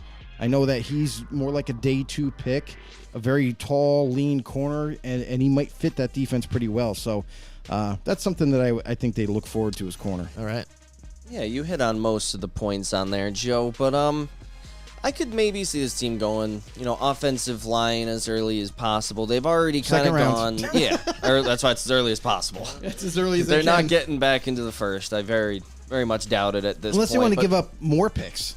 Yeah, maybe. They might. Everything. No, just keep sacrificing the future. They're going to go get DeAndre Hopkins. Yeah, they want to win a Super Bowl right now. They've made that very clear, and I still don't think they're going to be able to get even. They'll maybe playoffs if we see old Wilson. Not last year's Wilson. Last year's Wilson was just lost. I can blame a bit of it on Hackett, but definitely I can't blame all of it on Hackett. Right, but they've already gone, they went out and got Powers, they went out and got McGlinchey. Like, they are very much like, Wilson, we will protect you. Just please help us out. And their wide receivers need to stay on the field. So that ain't exactly helping, considering all 3 of them were dealing with injuries on and off last season. Right. And I mean, their defense is good. Maybe just like you said, strengthen up that second corner spot. It's about it for them. All right. What Next we up, got? we got the Detroit Lions. Oh, wait, we've got Bob Buskey in the house with us tonight. Early swing. Look at that. Bob's in the house with us. What's going on, Bob? Welcome to the show. What's he have to say here, Cody? Who, Bob? Yeah, what does he say? No, the other Bob. No, the other one. Said Desmond Ridder to the Broncos with the first one. Is the way to go. There you go. That's just a combined message. Oh, wow. So he's thinking a trade is going to happen there. Wow. Interesting. Oh, man, there's so a is bunch that of gonna comments happen back during the draft then? Is that he's thinking that's a what draft day trade? that's what would have to happen. Oh, we missed but a bunch. Yeah, you're right. Yeah, they were flying through. Flying through. We weren't even paying attention. That's we apologize, Cody's job. everybody. Cody, I'm you got to be trying. on that crap. All Yeah, right. I'm trying. SWB Pro, he says Dallas needs a cornerback. And I don't even know. So the Broncos GM is a joke, I think. Yeah, I assume by all the kissing faces that Yep. was a joke. And he didn't just trade away the first round pick. He also traded away his dignity. Boom, there you go. Nice. I love it. touche. All right. So what else he says? Was Bob that? Yep. Brusky said, "F this, I want my jersey." LOL. Okay. Fact that Eagles have multiple first rounders after that insane season. Yeah, that is pretty scary. SWB. You know, that's a sign of a good franchise. Now it's run too. What they've been able to do, and again, I hate to say it because I'm a Giants fan and stuff, but what they've been able to do, it's pretty impressive. What they had, and the fact is that they end up getting that quarterback too. Just got him some more weapons here. That great trade that they did last year's draft that blew everybody's freaking mind. And how they played this year again, and now that they have all that equity on top of it, it is pretty scary. All right, next, so we got the Detroit Lions.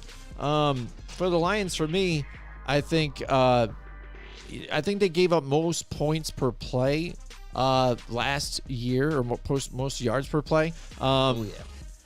So I think they're going to go defensive interior on this one, help Hayden Hutchinson and those guys out here on that defense. And I think they really want to be strong on the defensive side of the ball and really push that. So I think that's where they're going to go for their first pick here, which that they got from the Rams in that trade for Matthew Stafford here at number 6. Yeah, and they got 2 first-round picks where they can do some pretty big damage. I think the first thing that they're going to want to attack is edge.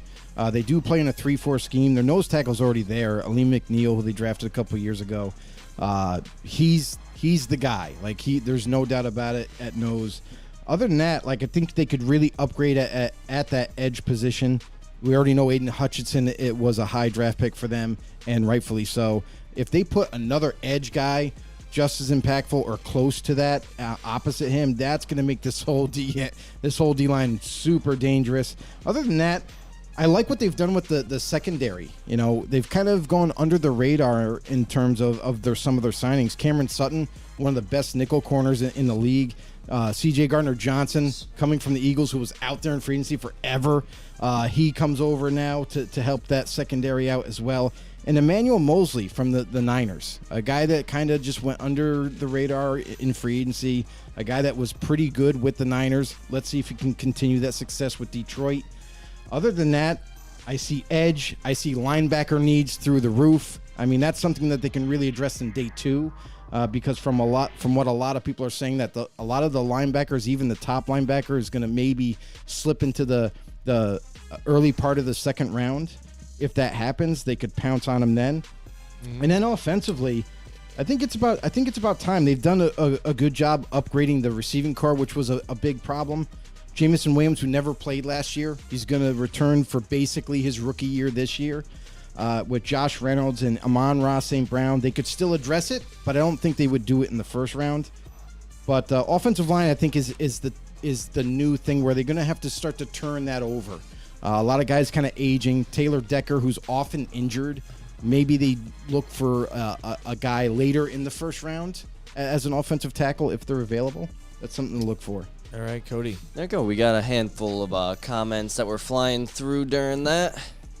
Let's see where we leave off. We got, I think the Eagles should pick either a D tackle or Beyond Robinson from SWB. It's possible, for sure. Said, I gotta go. It's later for me. I gotta wake up early for school in the morning and still got some stuff to do, but have fun, guys. All right. Appreciate you, man. Thanks for joining and being part of the show. And then awesome. Brandon thought the Desmond Ridder thing was a very wild theory. Wild theory. Who knows? Stranger things have happened. Anything can happen, knows, draft right? night. Anything can happen draft night. Anything can happen, for sure. There we go. I'll bring us right into the next team, which are going to be our Green Bay Packers. Go ahead. Start it right off with it, Cody. Yeah. So this... Yeah.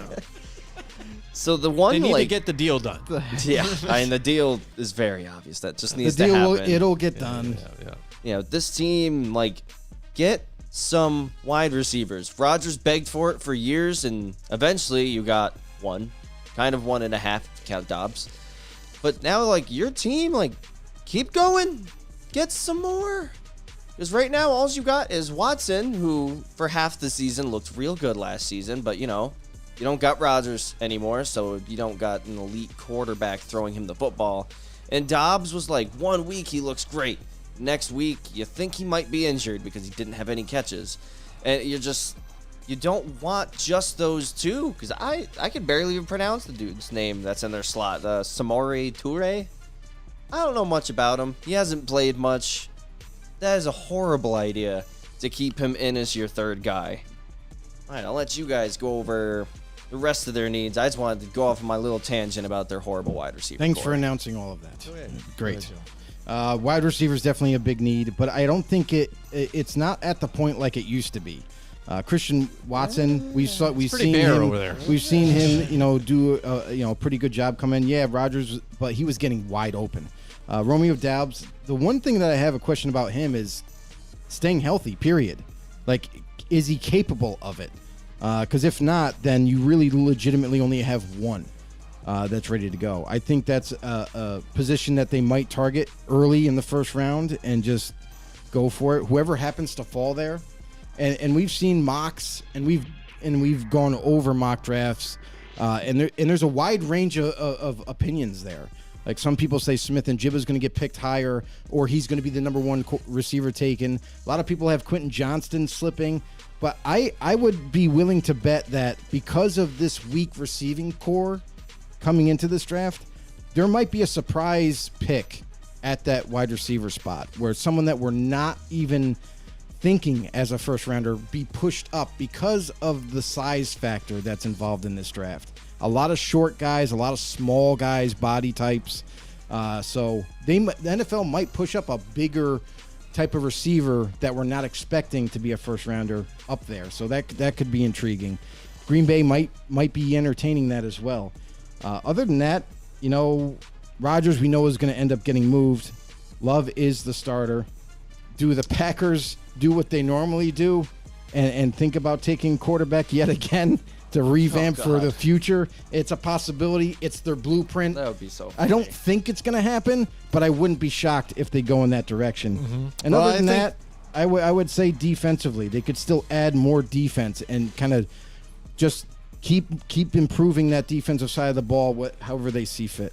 I think not having a guy like Robert Tonyan there anymore, too, either at tight end. Tight I end, think yeah. they could possibly go tight end here on this one, too, because that's looking pretty weak for them at this point as well. So, I mean, that would help out that offense, too, as well. If they plan on using a tight end. If they do. Yes. That would help. That would help. If not, just go receiver. Just go receiver. All right, next we got our Houston Texans. Houston coming up. Texans. Again, what do they do on this one? I mean, again, they could use a little of everything, I think, at this point. I think they've come out and openly said that they weren't going to go quarterback, that they're confident with what they have, but they've surprised us before. No, I think they're going to go quarterback. I know that they're not in love with if it's not Bryce Young, they're not in love with the rest of the quarterbacks for some reason. They're like, oh, they're not our guys. They're not our type. We don't want to even entertain that. So that's also a rumor that's going around. Obviously, we'll find out on draft day what they really think. But for like the 12th pick, when they come back, if they don't take a quarterback, I still think that, that they're going to concentrate on defense. Like, they're going to really look to kind of start the clock now. Start working on building that defense up with DeMeco Ryans now as the head coach. He's going to want to start bringing in some blue chip type of players. And at 12, I think you're going to get one. Just like even with their first pick, if they don't like quarterback, they could still add an edge player, whoever that they decide is the better edge or an impactful player in that regard. So, I mean, the Texans, they've addressed corner the past couple of drafts, and look for them to kind of keep filling holes, on the defensive side. That's what I could see. DeMeco Ryans wants his style defense. He's going to want his type of players. So a need that kind of jumps off the table, at least for me, is these guys, they have a lot of very decent wide receivers. Guys who are very good complementary guys. There's no clear number one guy, though. If you're drafting a quarterback, you're like, oh, we're getting ready for the future. Maybe bring him in with an elite weapon. Use the pick either before or after that to really give him a shot. If you like one of those wide receivers who's supposed to go in the first round, maybe take him up there. All you got is, Noah Brown, Robert Woods, and Nico Collins. All guys who are like, yeah, they're number 2s or number 3s. Bobby Trees will probably only be healthy for like 4 games.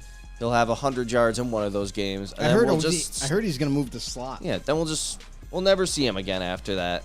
And there's not much on their depth chart after that. We haven't really gotten to see Mechie because of the crazy medical concern from last season. Right, so this will be his year to shine. Really count on. But why not? Go up there, take an elite wide receiver, have him grow with your quarterback. Oh, if you draft a quarterback, they gotta draft a quarterback. They've been down the Davis Mills road. Yeah, but it hasn't gone that great. That's the funny thing is Davis Mills, like, he was an okay quarterback for them. He actually won them some games. Yeah. So there's something to work with there. I wouldn't say that that's out of the realm of possibility where they don't go quarterback and they look to build more on this defense. They could still go receiver. And I know a lot of people that have done mock drafts, they keep pushing that quarterback idea at 2. They're definitely taking a quarterback and then come back to 12 and they're going to take a guy like, Quentin Johnstone, who's the big receiver, and he could develop to be your number 1 wide receiver to pair him up with the quarterback. But now a lot of the news that we're hearing all over the NFL, all those ideas, it seems like they're kind of throwing them out the window and they're looking to just rebuild the team. And maybe they're not so pressured to take a quarterback. Maybe they're not in love with some of these guys. So, it could go defense. They definitely got to go receiver, but it's not, guaranteed in the first round. I mean, this receiving core, I honestly don't have a first-round grade for any of the receivers. I don't think they deserve to be picked in the first round. I know that there's gonna be at least a couple, maybe 3 that are gonna get pushed into the first round and get picked, but none of them are like years past where you had a legitimate, like, no doubt about it, this guy's our number 1. He's gonna come in and be amazing and get picked high in the first round. So who knows with Houston? They're kind of like a wild card actually, in this draft. And I think there's a couple other teams that are like that where we think we know what they're going to go after, but because they're not ready to win yet, because they could be, just go with, hey, we're gonna pick best player available, regardless of position, regardless of need. Yeah. All right. So think that we hopping into the next one. You got anything to say about it, Jimmy? I think who were you talking about again? The Colts? What were we talking about? Packers. I was just zoning out on you. Who? In the zone, we were on the Texans. Oh, the Texans. Oh, we're still talking about Texans. Yeah, we can move on then. Yeah. So I was ready to talk about the Colts. Yeah. Hey, well, if you're that excited to talk about the Colts, Jimmy, not really, not that much. I was just basically going to say, I think at this point they've started 6 quarterbacks in the last 6 seasons. I think they got to go quarterback on this one. You got a new regime in there. You want to set your staple and get your guy. Right now you have Gardner Minshew and Nick Foles. And, Ellinger's still there. I mean, not really a stellar quarterback room right here. So why not try and find that guy here for them and move forward? So I think they go quarterback on this one. It's funny. Like, you look at the quarterback room, it's Gardner Minshew, Nick Foles, and Sam Ellinger. That's what I said. I don't know. I don't think any of these guys are worth even an opportunity to start.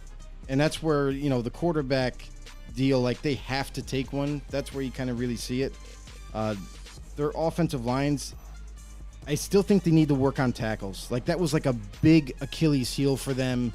I know they're not going to take one at 4, but that's something to really look forward to maybe in day 2 that they attack. But overall, like, Jesus, receivers, they don't have receivers. They don't have a complete core. I know Alec Pierce has something to work with there, but I still think they need to add to that position group. Quarterback, definitely, I see at 4. They have to take one, but I don't know if they fall in love with any of these quarterbacks. I keep hearing that they absolutely love Will Levis, and that's something that's kind of like you throw it at the wall and it's sticking right now. Like that's kind of seems to be the trend that they're going to target is Will Levis. But as much as like me and Cody and we're not that high on Levis just because of the uncertainty. Because there's really not a whole lot to go off of. You go from 2 years ago and he looks amazing. This past year, he looked like butt. You know, he didn't even like he didn't do anything really in terms of production. I get why. Like he really had no team around him. So it's hard to kind of project what he could be in the NFL. But some people are convinced maybe the Colts are, and that's where they go. But it's something to watch out for to see what direction they actually go in, because could they be a surprise pick and maybe they don't go quarterback in the first round? You know, that would be something interesting to see too. Yeah, maybe if they hear like around the league, like all of a sudden, I know he's been jumping up draft boards like a guy like Hendon Hooker. If they figured out somehow, oh, maybe we can get this guy in the second round, like, hey, you guys, our corners kind of suck. Like their corners are just... They wouldn't even be like backups on most teams, and these are their number one guys. Like you gotta fix that position. As much as you want to get your quarterback, you need some corners too. Like this team, it's not gonna be a get a quarterback. All right, we're right back to competing again. Like they need to fix a lot. They got a lot of work to do in this draft. They're gonna be busy trying to fix this team back up. For sure, and that's that's the hard part though for them is in day 2, you know, trying to attack that secondary. You know, see if they could do, maybe go back to back and grab 2 corners. If the board falls a certain way for them and they really like 2 guys built at the same position, why not? You know, their defensive line is pretty stout. I mean, they also added Samson Ebukam coming over from San Fran to rush off the edge. So that's really nice for them. But yeah, I agree. I think this is like it's hands down. The first round has to be quarterback. Second, I think after that is where they start to maybe attack, maybe receiver in the second round, maybe corner, whatever kind of falls to them. All right, you got anything to add, Jimmy? You all good? I'm good. All right, on to our next team. All right, the Jacksonville Jaguars. Jacksonville Jags. All right. They were a surprise team last year, man. That was pretty crazy how they went from like worst to first, making the playoffs and everything, and going nuts. But we got to see what they could do with a good coach. You know what I mean? And you know, a quarterback now finally stepping up. But I think if you look at some of the things they might need, maybe a corner, I think is a weak position for them on that defense. They have been lacking that since, you know, they used to have some of those guys, you know, the tough defenses of old. So I think they could go corner on this one. Yeah, I mean, Jaguars, I kind of expect them to go for what a dream scenario would be for them is if Brian Branch was to slide to them. A guy that can play safety, a guy that can play slot corner. He can do a lot of things extremely well for them to kind of bolster up that secondary a little bit. Corner, I don't know if a corner of value slips down to them that low in the first round. It's possible. We've seen crazier things, but that's one thing that I could see is maybe Brian Branch slipping to them, and that's something that they would pounce on it and make the pick as fast as possible. They would absolutely love him in Jacksonville. Other than that, this is a team that also lost out on Juwan Taylor. They could go right tackle as well. That's something to look forward to. So those are two like key needs. If they wanted to go in that direction, those are two positions I would say they'd go. All right, well, you ended up kind of taking the words right out of my mouth on that one. Joe's like, I was just about to make the point about the right tackle, so I didn't have too much of a rebuttal. So I guess we can hop into the Chiefs. The after exciting that. Kansas City Chiefs and all the needs that the Super Bowl champion needs. Yep. You know, how about another wide receiver? You know, just go wide receiver altogether. But I think you've noticed even last year too that Chris Jones can't really do it all himself and things like that. So I think they go edge rusher on this one just to help out and get that defense, get some pressure there too, because you notice that he's been able to do some things, but when double teamed, he's the production is down, and that's going to happen a lot of times. So you need that other extra guy, I think, to help out on that. So I say they go edge rusher. This is a crazy thing for me is at the end of the first round, they picked 31st overall. And, you would normally think like in the first round, like, oh, all the good talent's going to go and we're not going to get anything. Well, the way this draft is it's so deep that you're going to get a really good player. And you could go need, you could go best player available, what have you. I've heard some rare occasions people having them go running back again. I don't see it happening, but this is another team that could also, bolster their offensive line a little bit better. They could also go edge rusher like Jim mentioned. And honestly, they could also go, in the secondary and kind of upgrade there. So it depends what falls in this draft to them. I think they're going to make their best educated guess on where to go, obviously, depending on how the draft falls. But this is a luxury pick. The Chiefs, they don't really have a lot of needs. Could they go receiver? That's another thing that they could do. I've heard Patrick Mahomes working out with Zay Flowers, and they really do like Zay Flowers. Now, do I think he falls to them? It's possible. But again, I also think that he could be picked higher than expected. So for Kansas City, they really like, it sounds like they really like a receiver by the name of Zay Flowers, but they could also go in other directions. All right. Well, I think I'll just end up kicking us off with the Chargers. I think we've already touched on a lot of the Chiefs, like 3 needs that the entire roster has. So we'll get right into them as I switch the camera. All right. So, looking over this roster, what they could maybe, their D-line's pretty good. Could maybe use a little bit of an infusion of youth, a little more if you don't think Mac's going to be around too much longer. But other than that, I mean, you got a pretty solid secondary. You could probably use another, complementary corner. You don't need a number 1 guy, but a solid guy to go opposite of Asante Samuel, who was lights out last year. That could really take that defense to the next level because you already have an offense that's, performing week to week. You don't need to go crazy. You have a pretty good offensive line. You have pretty good weapons all around. Don't reinvent the wheel. Just take the pick. Take the pick at your, one need. Just move on from there. And I think that's corner. J.C. Jackson is going to return from injury. So that'll be your corner opposite Asante Samuel Jr. I don't think they invested a shit ton of money in him. So, he's not going anywhere. The one thing that I could mention in the secondary is free safety. That's something that could use an upgrade. Obviously, the pipe dream scenario would be Brian Branch. You plug him next to Derwin James. Now your secondary is looking pretty mean, pretty stout. And then the guys in front of them, they signed Eric Kendricks to play right inside linebacker with Kenneth Murray. Khalil Mack off the edge. Obviously, he's aging. So at some point, they're probably going to look to maybe upgrade that edge. And Bosa. The interesting thing about Bosa to me is he's always injured, though. Every year he's getting injured. I'm just wondering how long it takes until he gets injured and then can't come back for some substantial time. Maybe career ending. So that's something to look out for. And D-tackle. I'll say D-tackle is another big need that they still have. They have Austin Johnson, who's kind of filling in right now, but definitely could use an upgrade there. And right tackle, to me, is all day long.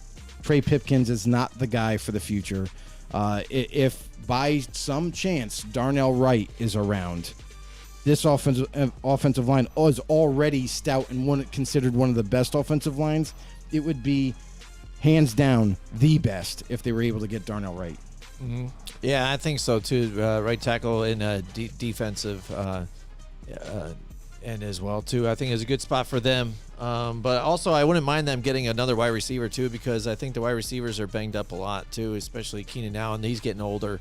I wouldn't mind them getting another weapon here because we got to see what Palmer was even able to do, and he's so. So I think you get another explosive wide receiver for them.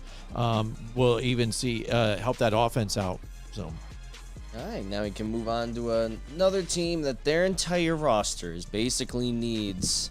So we got the Rams. And they have no first-round pick. Their team is Yes, they don't have any picks. It's just bad. Because they traded them all away. Yes, their defense is basically just Aaron Donald and friends. You hope that he can play every position for them because everybody on this defense is just, I think putrid's probably the nicest word I could use. The receiving core That is very nice, actually. It is not a nice much word. better. You got a bunch of backups that are following around Cooper Kupp and hoping that he can catch literally every football that Matt Stafford throws his way because they just are not elite playmakers at all. You got a mediocre offensive line. I could talk about this entire team and not be happy with a single position. Yeah. So They need everything, right? It's and they don't have just picks ugly. for it, right? It's one of the worst rosters coming into the draft because let's face it, they did away with like everybody. Like they did it. Listen, they went all in to win that Super Bowl. All in, making a couple trades, handing out millions and millions of dollars. Aaron Donald, please come back and play for us. Back the Brinks truck up because we're bringing you back for another year. And they did it all. They went all in, and they got it. They got it done. But we also knew on the back end of all that is that guys were going to leave. They weren't going to be able to afford to keep everybody. And those trades that happened, yeah, they ended up eventually walking out the door. So they completed their main mission to win a Super Bowl. Now it's time to pay the piper. Because of all these losses, because of this team, like I honestly think that in the war room for LA, when it comes time to pick in the second round, all they have to do is blindfold the GM and have him throw a dart at the board, and wherever it sticks, that's the player we're taking. I think that's the best way to draft for the Rams, and that's. I mean, it's not going to hurt at all. Yeah, and you feel for the veterans here, too, that said, Aaron Donald, hey, I'm coming back. Let's do it again. Oh, now everybody's gone. Matthew Stafford, we brought you here. I got a championship. Now you're stuck with nobody again. I honestly, I would not be surprised if Donald says he gets to the offseason and be like, you know what? I retire. Peace. Yeah. I'm done. Yeah, and even not Sean Payton, but Sean McVay was able to, to walk away, and he decided to come back for some reason. Like, I don't know why. What are y'all thinking? He should have just walked away. And now all of a sudden he's ended on a like, high note. this would be great for me. Like, maybe I can try and dabble and see what I can create now. You If know what I mean? could win with this roster, Yeah. I will be the greatest head coach ever.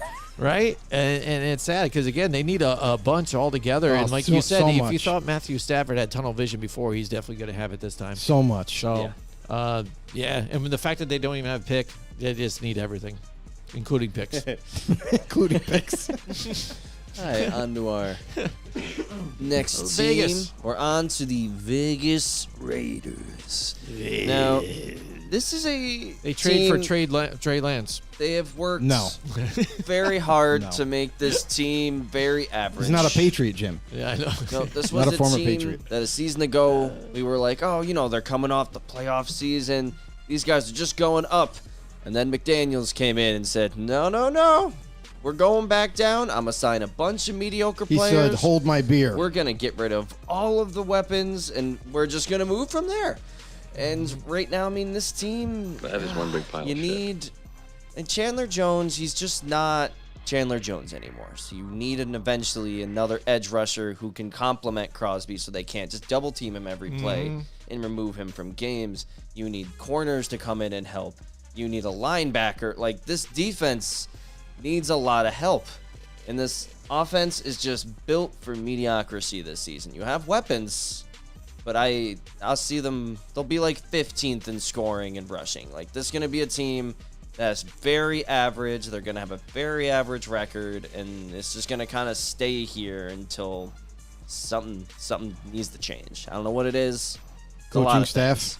GM, Yeah. the whole thing. That's what needs to change. That's what they need. They need a new because coaching staff. they are driving this team into the ground.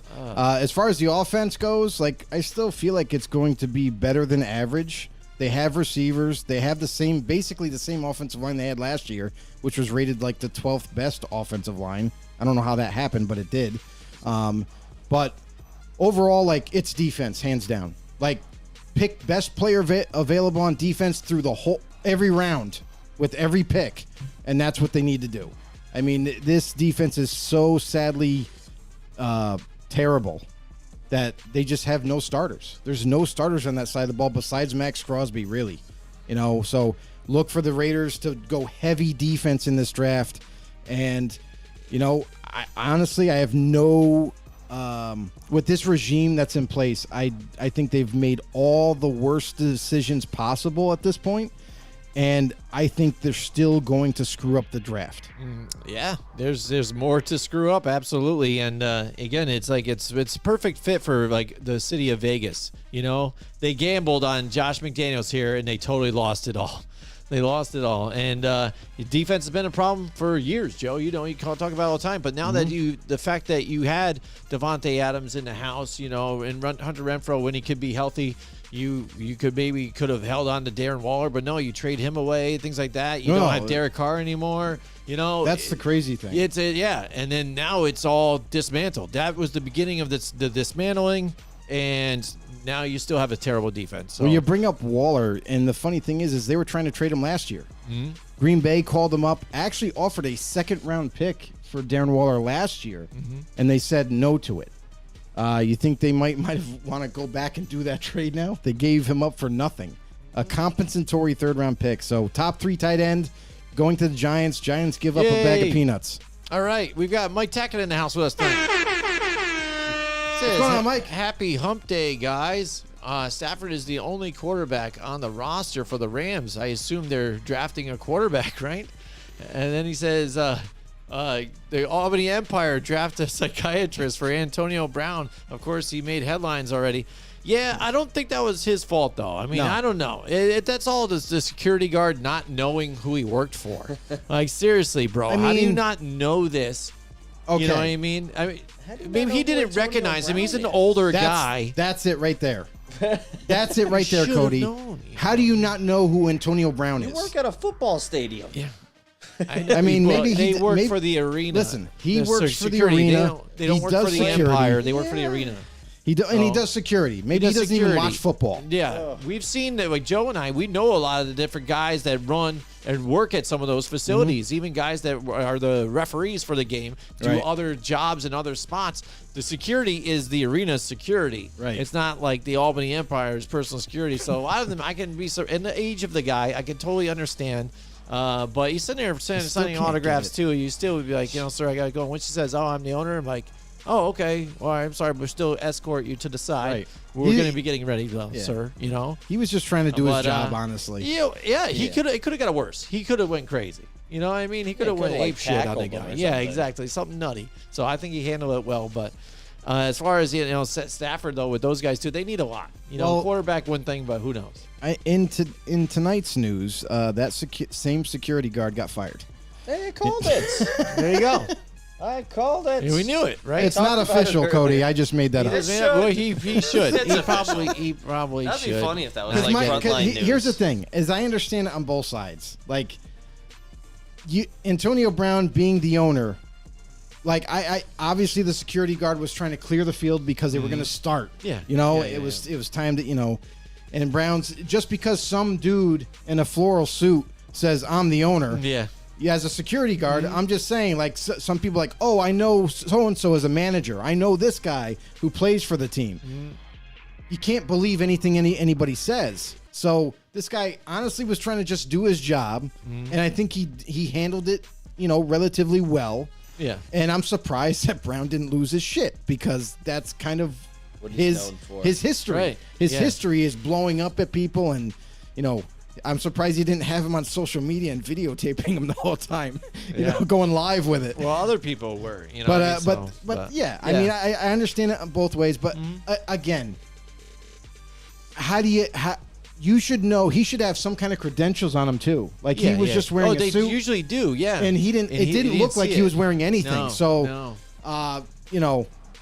it's really nobody's fault. I mean, if anything, like, okay, the guy, at least the guy's going to do his job. Right, at the very exactly. least. That's the one thing. So technically, should he be fired? Probably not, though. Too, but Mike Quora, those guys, Brown. The owners, you do have to have credentials to be down there right. on the sideline. So, all right, next we got the Miami Dolphins. Joe, what do you think is a need here for these guys? The Dolphins don't even pick in the first round either, so that kind of hurts. They Yeah. had to forfeit their Yeah. pick. Yeah, I know.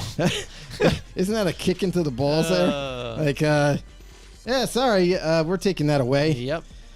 So for the Dolphins, they're an interesting team because they do pick in the second round. Like, what could they look forward to? And hopefully, at that point, when you don't have a first-round pick, it kind of, I'm not going to say it ruins your draft, but it definitely doesn't get you off on the right foot here. So for the Dolphins, they could go a multitude of ways. Like listen, they've managed to add to that receiving talent.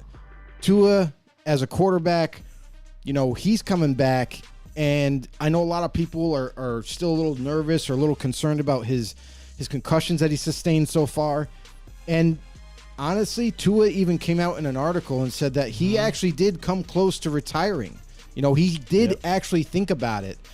So it's not like he was kind of like, no, who cares? I'm just going to do what I want to do, and I'm not worried about it. He actually did put some deep thought into it, and he comes back, and he said that, he's taking some steps, and I've heard this, like he's taking jujitsu right now and learning how to fall correctly, depending on like where your body's getting tossed or where your body's getting hit towards, and how to fall to where you can try to prevent that from happening again.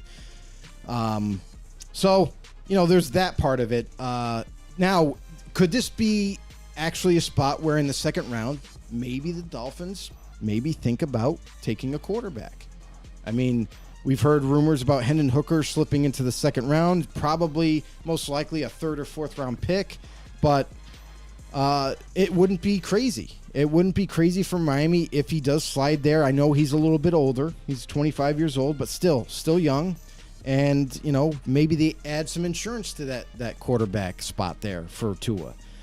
They already have a pretty young team, pretty stout on offensive line. They could add to that for sure in the second round because there's plenty of depth there to take in the second round. All right, Cody. Other than that, defense all around. Go ahead. Oh, okay. So I was trying not to interrupt. So, if you look at the team, it's pretty solid all around, but the interior of the D-line could maybe bolster that up a bit. It's the second round, so if you're getting like very good depth pieces, that's still not a bad thing. But maybe you could get a starter at your arguably weakest position right now, which is tight end, where you just don't really have a guy who I'd even be comfortable as a starter day one. And maybe some of these really good ones slip. Maybe you want the pure receiving tight end, if say like a Laporta. He's supposed to go kind of high. Maybe they like him. They want to bring in a receiving threat who can create mismatches. This team, they've done a very good job at strengthening the secondary. It's not complete, but it is a very good defense, a very good offense that just fine-tune tight ends. You're not going to get a superstar running back at that point. Those guys are probably going to be gone, so. Yeah, I'm going to agree with you on that one, too. Probably tight end is a good spot for them. I said maybe offensive line a little bit, too, to help out. I mean, they did just get even Connor Williams for center, too, but behind him, you've got Dan Feeney, too. Both of them injury-prone, so even if they go center at one point for offensive line to help out, I think that would be beneficial for them. Next up, we've got the Minnesota Vikings here. Yeah, you guys kicking it off? You can kick it off, Cody. Why not? Yeah. Let's do it. So, immediately as I look at this team, you need more weapons alongside of Justin Jefferson. KJ Osborne showed that he can be a very good wide receiver, but that's literally all they have. They got former first rounder Jalen Reagor. That's basically their starting slot right now, and that's not good. That's horrible. You could go to the free agency right now and get someone better than Jalen Reagor. It's not hard. So that's something they got to address right away. I can see maybe strengthen up the linebacking core a bit, but it's just not as desperate, and get yourself another dominant edge rusher to go alongside Hunter, who is just seemingly ageless on the edge. Puts up almost 10 sacks every season. Very reliable. But Davenport's not going to be the guy to really help you out much. It's interesting with the Vikings because they haven't picked high in the first round since Kirk Cousins has been there. He hasn't been the quarterback that can put them over the top, but he's also been good enough to keep them in the 20s every first round. I think this is an opportunity where another quarterback could go for Minnesota and look into the future, because they're never really going to ever be picking high as long as they have Kirk Cousins as their quarterback, because he's just good enough to keep him out of that realm of possibility. So I wouldn't be shocked if Minnesota gets to this pick and they're like, you know what, we really like so-and-so, whether it be Hendon Hooker, whether it be someone else that might slide. They might pull the trigger and go for a quarterback here.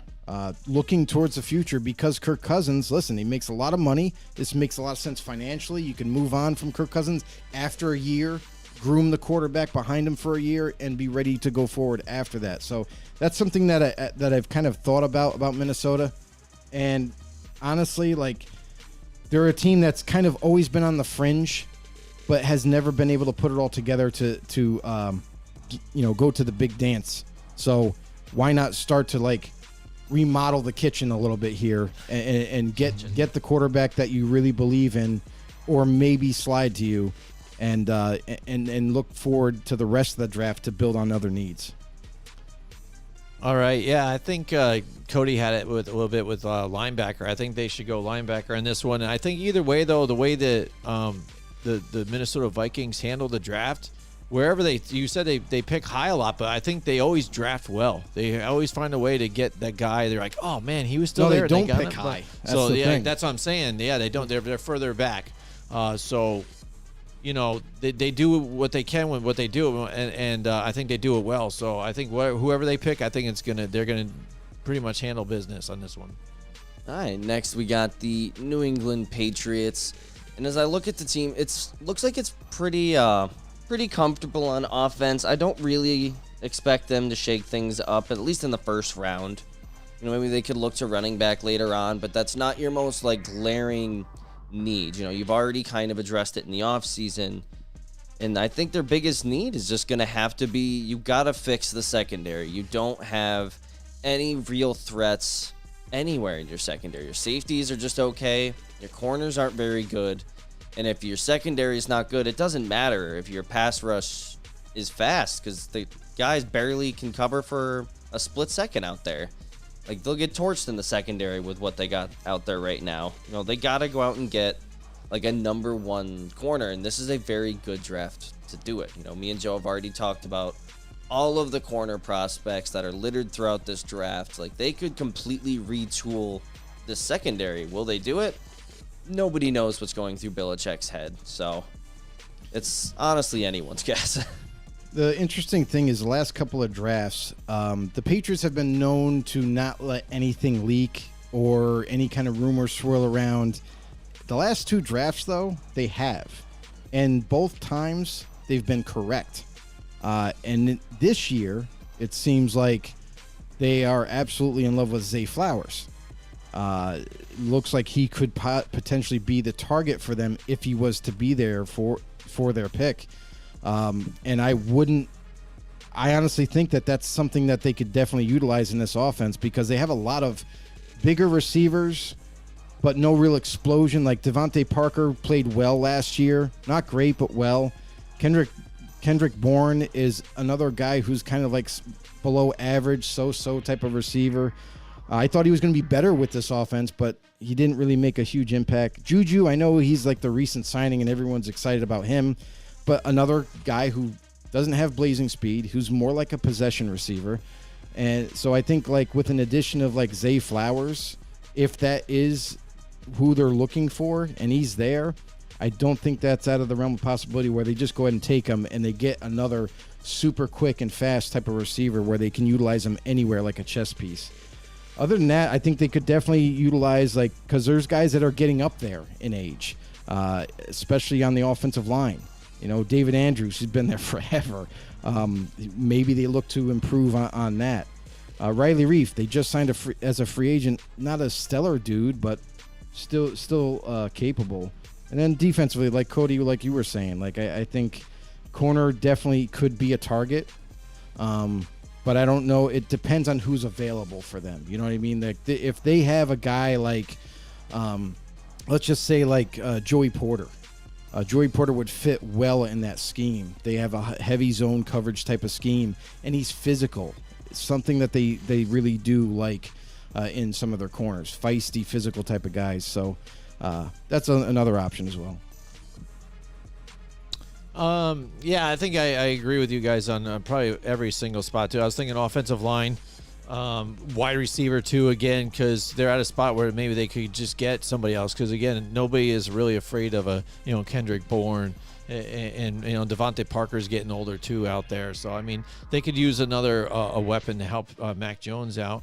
Or Zappy, if he ends up winning the spot, who knows? With New England, because Bill Belichick is not exactly said, it's Mac Jones' job altogether. But secondary, yes, but I think he also even on DN possibly too. I mean, Dietrich Wise was one of my guys that I liked too when he was kind of an under the radar guy further in the depth chart. But now that he's been kind of that starter, hasn't really done a whole lot and very effective up there. So I think if they get somebody else in there to help out too, that could be great for Matt Judon on the other side too. So, all right, on to our next team where we got the New York Giants. We're finally down to a team I think me and Jimmy know a lot about, and I mean Joe does too. But it's not his team.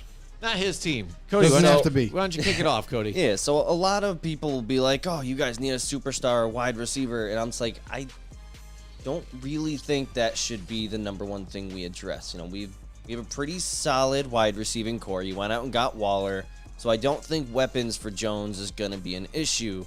But what could be an issue is our offensive line. Our center is bad. I don't like Ben Bredesen. I don't think he should be a starter. I barely think he should be a backup. He was a huge fan of yours, Cody. I definitely don't want to see him starting on day one. I don't particularly want Josh Azidu. I'd be fine with replacing him as a starter as well. And I want to like Cordell Flott. But I like, as a number 2 corner, absolutely not. Yeah, I think I agree with you on those ones, Cody. Again, same thing. Offensive line, they've gotten better, but now with the guys that they filled in right now, it's not good enough. They need to help that out. Corners, again, Adoree Jackson, has been fairly well at times when he's healthy. But the real star on that defense there is Xavier McKinney in the secondary. So when your safety is a better coverage guy and type of guy than your actual corners, it's a problem. Darnay Holmes is okay at times, nothing special. I would like to even get them to get a little more pass rush and maybe do something in the linebacker position too as well. They got some veterans here, but I would like a better spot here too. And wide receiver, they've done something with nothing last year, but it would be nice to get a star over there or somebody that can beat the defense. Maker.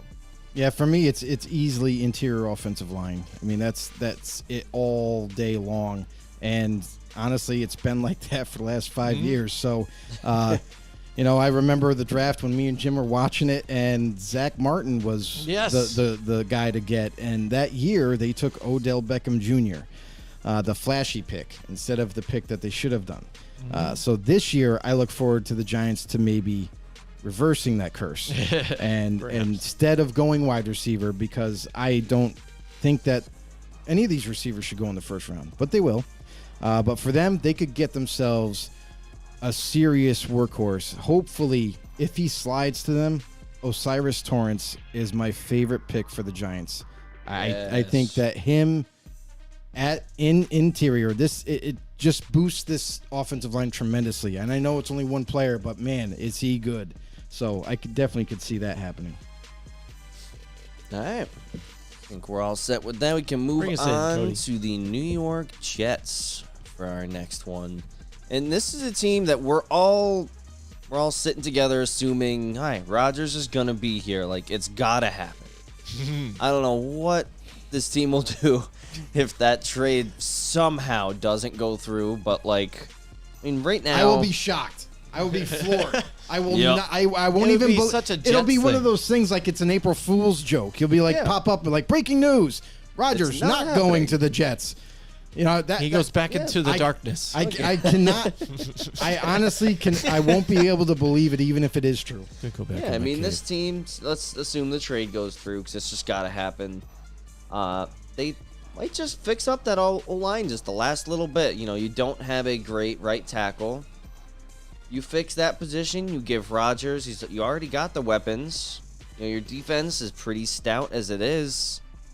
You know, just fix that one position, and this will be a pretty scary team. You can maybe address some defensive depth in like the second and third round. But right tackle, like this is a very good draft in terms of tackles. Like get the iron while it's hot. Don't let these players go because you're like, oh, we could get this guy is better value. Like, screw that. Get your tackle, and you're not going to win the Super Bowl, but you can pretend that you think you're going to win the Super Bowl for a while if you get that tackle. Yeah, and the whole the whole conversation about left and right tackles, what's more important? There's no such thing anymore. Like, you need a really good right tackle, you need a really good left tackle, and they're both going to get paid if they're that good. The problem with the Jets, though, is injuries. Mekhi Becton, every single year injured. You know, Lincoln Tomlinson's a good, solid free agent, but you could definitely upgrade to center if they view it, if they want to this year. And right tackle, Max Mitchell, you know, you got to remember, like, this kid is still developing. He could end up being a really good, legit right tackle, but he's another guy that got injured last year. So with injuries happening every single year to these guys on the offensive line, it's not going to hurt if you draft a tackle, even if he's in waiting. Even if you don't rush him out there to start right away, you could, if depending on who's available, because there's a lot of like premier left tackles that played predominant on that side of the ball, but there's also a couple of guys like Darnell Rhett and Anton Harrison that are right tackles, you know, and that's pretty much what they played in college. So you could have a really good, legit shot at either one of them. And if they're there, even if a Broderick Jones is available, take them, because there's no guarantee, as you know, Jet fans, that Mekhi Becton will be there week 1. Yeah, I agree. I think offensive line has got to be the way to go for all the points you guys brought up to. Same thing. Defense, I think, will be good again. Aaron Rodgers there at quarterback. He needs protection. He's going to bitch and complain about it. Needs it. He's got some good weapons. Hopefully, Breece Hall stay healthy, too, as well, as a running back. So I think offensive line's good. One thing that just popped in my head here is, as we're looking at this roster for the Jets, I actually think that part of this trade will be Corey Davis being sent to Green Bay, because Saying that for a bit. the contract that he has still, and they just got Lazard, basically on the same kind of a deal. So they're going to look to unload that contract, look to unload him, because basically Lazard is going to replace him. So if that sweetens the pot a little bit, I don't know if they've probably already have talked about that. Maybe that's still in the works, and they're still not agreeing on what draft pick to give in terms of like future. But again, it makes almost too much sense for that to be part of the deal. Next up, we got the New Orleans Saints. I'll start off with this one here. I think they could use another weapon at wide receiver here, but for Derek Carr to have. But I think they go defensive side. That's probably a bigger need. They have a lot of older players on here, and a lot of even the free agents they filled in are veterans and things. So I think they need to get some more youth here and start building up on that defense when some of these guys start to leave. You know, looking at the roster, they've always been pretty stout. They've always had a pretty solid defense, and really the only thing that they're missing right now is with Davenport kind of leaving in free agency, that edge player. They need another edge player. I don't know if there'll be one there one that they like enough that slides to them, but it would definitely be a position that I would look out for them to kind of attack there. Other than that, like offensive guard, there should be a really good guard for them to grab, and maybe kind of to go into that direction as well. Yeah, I could see this team perhaps maybe trying to strengthen up that secondary. They've done a great job. You got very good safeties already. You've got Lattimore, you got Roby to help out in the slot, but just one more corner to really lock down that other side so you're not getting torched on one side. And this team will just be very complete. You got a very good offensive line. You got great weapons. Like, this team is ready to win now. This is the kind of team that Derek Carr has been waiting for years. So I just hope that everyone, Michael Thomas included, can stay healthy, and this team can really start to hit expectations so that people stop saying, oh, Derek Carr, he's just not that good. Oh, he's not even the top 10 QB. But, this is just, he needs this to really get a little more respect put on his name, I guess, even by these analysts who just go off public opinion. Yeah, Michael Thomas, too, is super excited to work with Derek Carr. Like, when he heard that Carr was coming to the Saints, he was so ecstatic. He hit up Derek Carr first. He's like, yo, bro, when can we go throwing? I'm ecstatic. Let's get to work. It's amazing how the morale jumped for the Saints, knowing that now they have a true quarterback to run the team. And how quickly Thomas was like, I'm good to go. I'm healthy. Let's go. I almost want to think that if it wasn't Carr and they just had another mediocre quarterback, that Thomas would be like, I'm still hurt. I can't do anything. Sorry. And the other interesting point that I want to make, too, is I've seen a lot of other mock drafts come out with this idea that, the Saints, sitting there, they got to add more weaponry. And it's not the kind of weaponry you're thinking. They're thinking tight end, actually. And I kind of go against the grain on that whole idea because they just paid money to Juwan Johnson, who's the go-to guy now at that tight end spot, and they have Adam Troutman, who is a very, very solid all-around tight end. So in the first round, no. Maybe in the later part of the draft, but overall, I mean, I don't know what you guys think about that. I just kind of was balked at it. I'm like, what? Why would you go that direction? They signed Juwan Johnson to a fucking extension. There's no way they would then draft a tight what end. I thought. Yeah, that's make nuts. sense. All right, next up we've got the Philadelphia Eagles. Again, the really strong team, almost Super Bowl champions here, made it to the big game. Almost. A lot of, they're solid on defense and offense. I mean, it's sickening to see, but so I think for me, I'm looking towards the future. We always hear about maybe Elaine Johnson or Jason Kelsey. How long are they going to keep playing? So I think they invest in the future and they go for a right tackle or one of these offensive linemen. Yeah, I mean, and that's the thing, too, is now that they're picking lower with this pick, it's almost like, a roll of the dice. It's almost like they got to gamble a little bit because with that 10th pick, I mean, they literally could go any way they want to. They have free reign. They already have a stout team, a team that's going to win next year, and a team where they have that luxury. They have 2 first-rounders for a team that was in the Super Bowl. They got 2 first-rounders. This is unprecedented. Yeah. This does not happen. So they could literally take whoever the hell they wanted with the 10th pick, whether they believe in one of these defensive edge rushers or a defensive tackle or even if they wanted Bijan Robinson at 10 because they know he's not going to be there when they pick second time around. And then they could address the offensive line with that second overall pick. In the first round. So, I mean, they could go a lot of different ways. And even if they don't go Bijan, maybe, just maybe, if he slides to them, because we know a lot of people don't value that position that high, even though he's worth it. If he slid down to Bijan, it'd be the steal of the draft. Yeah, these guys, if they play the first round right, this team can just get even scarier because they have a couple spots to fill. You could maybe, your wide receiver room isn't the greatest. You got Devonta, you got A.J. Brown. That's really it. Zacchaeus, he's not it. Zacchaeus. He should not be a starting slot receiver. He should be a bench player. At absolute blessed. Absolute best. And defense, it's already a very strong defense. Just maybe fix up free safety. You could almost even go like Brian Branch, maybe even early. Have him hop in at safety. Yeah. You're great there. Yep. And then if Bijan's there later, cool. If he's not, maybe you like a slot receiver there. Maybe you like, there's a lot of good players for that slot spot right now. None of them are worth it. No. But maybe the Eagles think they're worth it. At least more worth it than Olamide Zacchaeus.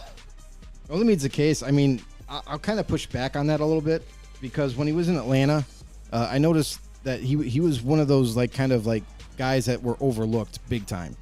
And was used. I also know that the Eagles love Quez Watkins. They love his development so far. They do believe in him.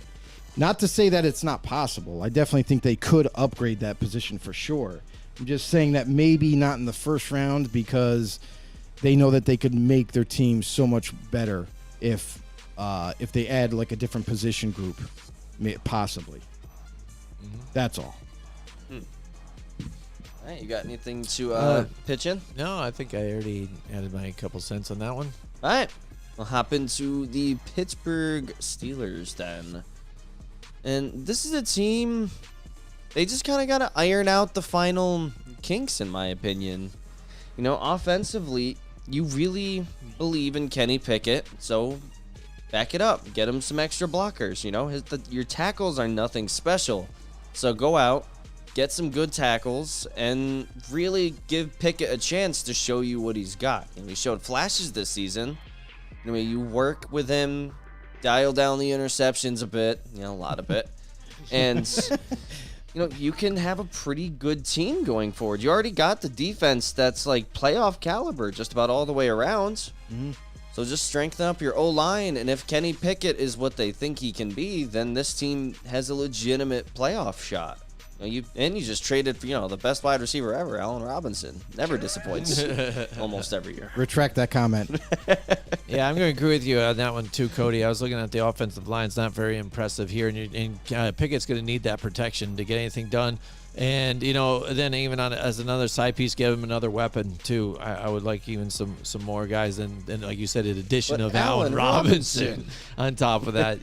So I think that's what they'll do. This team has always been known as a defensive team, and they have been really good. They have been pretty stout, but there's definitely a little bit of holes on that defensive side of the ball. Definitely a linebacker was one of these weaknesses that they've had for quite some time. I mean, obviously with Devin Bush, who sadly had a major injury, couldn't really come back, wasn't really the same player. They moved on from him. So that's a position I definitely think that they could target, and they don't have a first round pick technically, but they do pick top of the second round, so it's right after. I see them going that way, but also one of the bigger needs is offensive tackle. Interior line is pretty solid, pretty good, but those tackle positions are worrisome. I know they kind of keep preaching that they like Okorafor at right tackle, but he just looked like a sieve last year and just couldn't stop any real good pass rusher. So I don't know if there's going to be a tackle worth taking at that late, because tackles are going to fly off the board. I'm sorry. They just are. They are an important position, and a lot of teams always need them. So it would be amazing if maybe like an Anton Harrison was still available. They would scoop him up, something like that. I don't think they're going to reach, though, for a tackle. So I think, if anything, they'll go defensive, they'll go linebacker, and if by chance there's a decent enough offensive tackle, they'll take him. All right, next we got the Seattle Seahawks. Cody, take it away. All right, so let me swap that. All right. So this is a team that, despite their playoff success, I believe they have 2 first-round picks. Yes. So they could really, strengthen this core and get this team up to that next level. A lot of people, I think Joe and I had even entertained the thought that maybe they get their QB of the future because, Geno's, he's not a young buck. These 3 seasons are about the maximum you'll get from him from just an age standpoint. But if this team's looking to make that push right now, there are a couple spots they should probably address. I mean, the right side of their offensive line just needs a lot of work. So if you could maybe hit up one of those spots, draft someone that can start at, say, like right tackle, that'd be real good. But you also need help for Lockett and Metcalf. D. Eskridge is right now your 3rd wide receiver, and that just ain't going to cut it. It's just flat out not going to work at this. You're really hammering NFL on these level. slot receivers, Cody. Yeah, on every I team. know. You're really They're gonna think short, it's the slot like you. receivers. No. They have a lower center of gravity, Cody.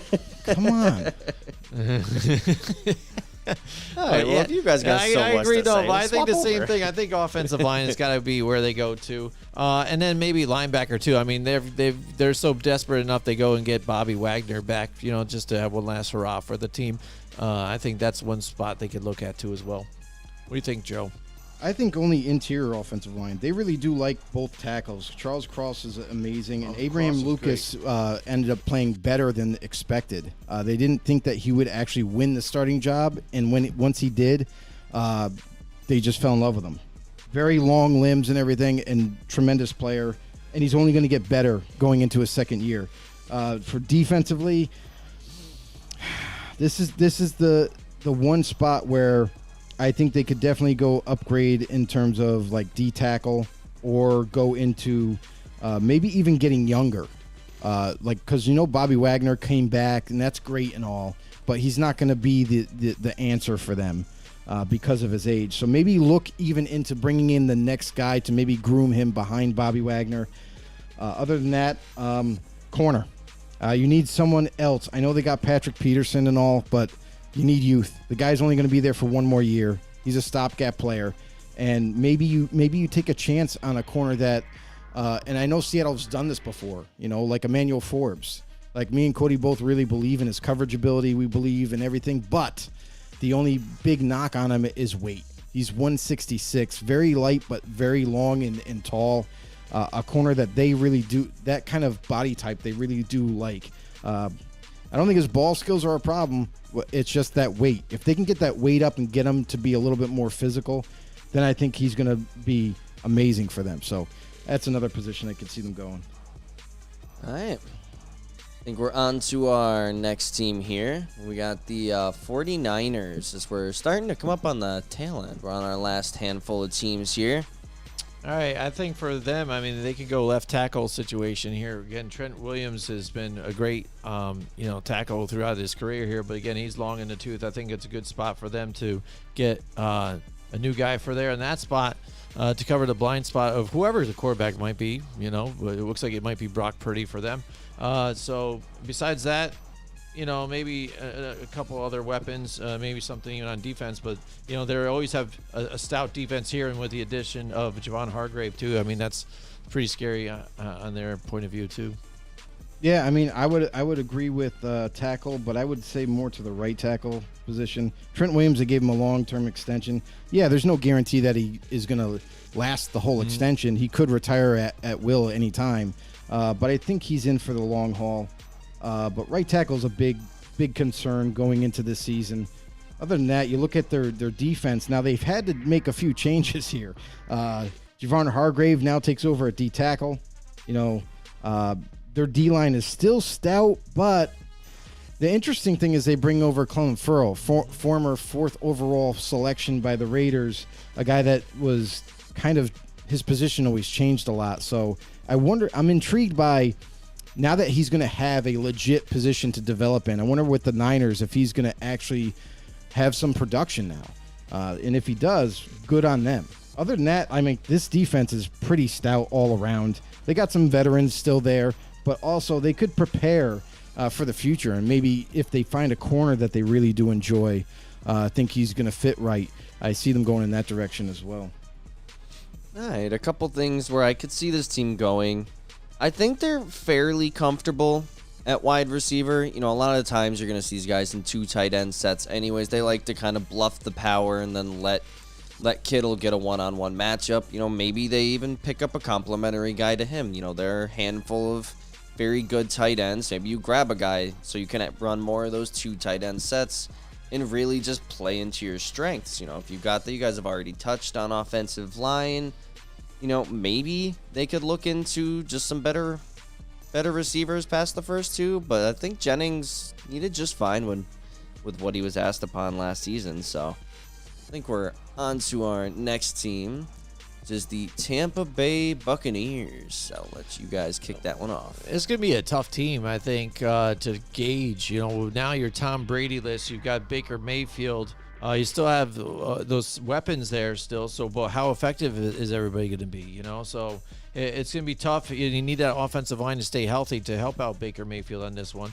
But they still have that issue here. I'm not really sold on Kate Otten as their tight end, and I think they could use a little more, on the tight end situation, and then even running backs. I think they could go somewhere with that even too on that, but I don't know. I'm a big question mark with the Tampa Bay Buccaneers. I'm not sure what they're really going to do with this offense all around. I mean, the biggest problem that they had last year, Tom Brady will tell you, interior offensive line was atrocious. That's something that they really should target on, really start to kind of rebuild that offensive line up. Listen, they got really good tackles. They got a veteran tackle they just signed in Matt Filer, who's going to play right side, and then Tristan Wirfs, obviously. So those are their strengths. They really need to rebuild that interior offensive line for whatever quarterback they decide on, whether that be a quarterback via trade that they get, or they're going to really rock with Mayfield or Kyle Trask. But other than that, I think then they go quarterback. I think bringing in Chase Edmonds kind of helps out that the running back, and we saw Rachaad White kind of blow up last year. Like, yeah, he was in a rotational role with Leonard Fournette, but he still played admirably well, and so much so that as we got closer to the end of the season, started to kind of take over those starting reps. So that's something to look forward to. Defensively, this is kind of where I'm a little worried for Tampa Bay, is because you have a head coach that is so defensive driven that he might not do what's right and take the offensive lineman and might just try to keep building that defense up. So that's a little bit of a worry for Tampa Bay fans, but hopefully he does the right thing, goes offense. All right, I think you guys have done a very good job at touching on the needs of Tampa, so I think I'll just get us ready into our next team. As we got our Tennessee Titans. If you guys would kick that off so I can pull it up on my phone, that would be amazing. I think they got to go wide receiver, first of all. I mean, to get some weapons here, too, because, again, they don't have any. Ryan Tannehill, they're at the helm. How much longer do you have until maybe Malik Willis takes over for them? Derrick Henry's not getting any older. He can't exactly be your they're not getting younger, rather. He can't exactly be your workhorse for you all the time. And that's the curious thing about him is, like, he might be traded, too. Like, there's been those rumors since 3 weeks ago, where they were like, oh, he's on the trade block. We're like, wait, what? Like, because this might be the time where they know they have a lot of needs. It's not like they're like one or two players away from returning back to division winners. Oh, yeah. So is this the time where they utilize a Derrick Henry asset to maybe get another high pick? Maybe if you could, I mean, the greatest thing would be low first round pick. If you could get a low first round, maybe even in a day 2 and a day 3 pick, that would be something that they need. Yeah, just for me, though, eye-opening last year was the fact that wide receivers, Kyle Phillips was getting a lot of, looks and stuff like that. And if that's your guy, you got issues here in offense. Yeah, I mean, I agree. Like, receivers, it's always been an issue for this team. Like, and even though it's an issue for this team, they still traded A.J. Brown. What are you doing? Yeah, so that's just what I mean. Pay the man. You should have paid him to keep him there. And then draft another receiver. You drafted a guy that was kind of similar, like Treylon Burks. Not exact, obviously, but you tried to replace him with a rookie that still needs development, still needs time to grow, and you don't have anybody else. So that's a critical position to address. Also, because they have so many needs, offensive line is terrible. Like, I'm sorry, Nicholas Petit-Fier is not going to be your franchise guy for the right tackle spot. Andre Dillard they bring in from the Eagles, and then the interior is just it's something to be desired. Like, it's really not all that. They definitely need to make upgrades there. What are we doing with Ryan Tannehill? I just got a question about him. Like, is he really just going to be a one and done type of player for Tennessee and they move on? Maybe, finally Malik Willis gets his shot the following season. Do they believe in him? He's a guy that I had coming out in the draft, and I liked him a lot. I had him as like my number 1 coming out. That was a weak quarterback year, but everybody needed development across the board, every quarterback. And Malik Willis, he needed a lot. So is it too soon to hand the keys over to the Benz to Malik? I think it might be. So And then you go defense. They've lost, Bud Dupree in free agency. They've lost other guys in free agency. Their secondary's still pretty good. Like, they got young corners and they got some young players there, but they need to restock at linebacker for sure. All right. I think you guys basically touched on just about every position. Hey, why so don't you kick us I'll off here start then us off for on our last team of the night. Your favorite All team. right, yes. The Commanders. Commanders, who, I Under new love ownership, I right? love so much, for sure. Yeah. So this team is they're actually pretty good just about all around, but you need that, real QB to take you to the next level. As much as, before they're like, oh, we're going to rock with Sam Howell.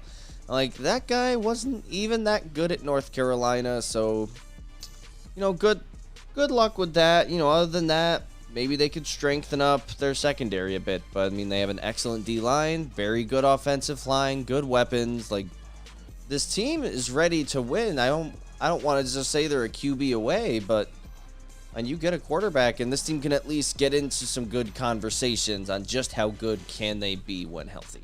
Yeah, I still think they could address corner.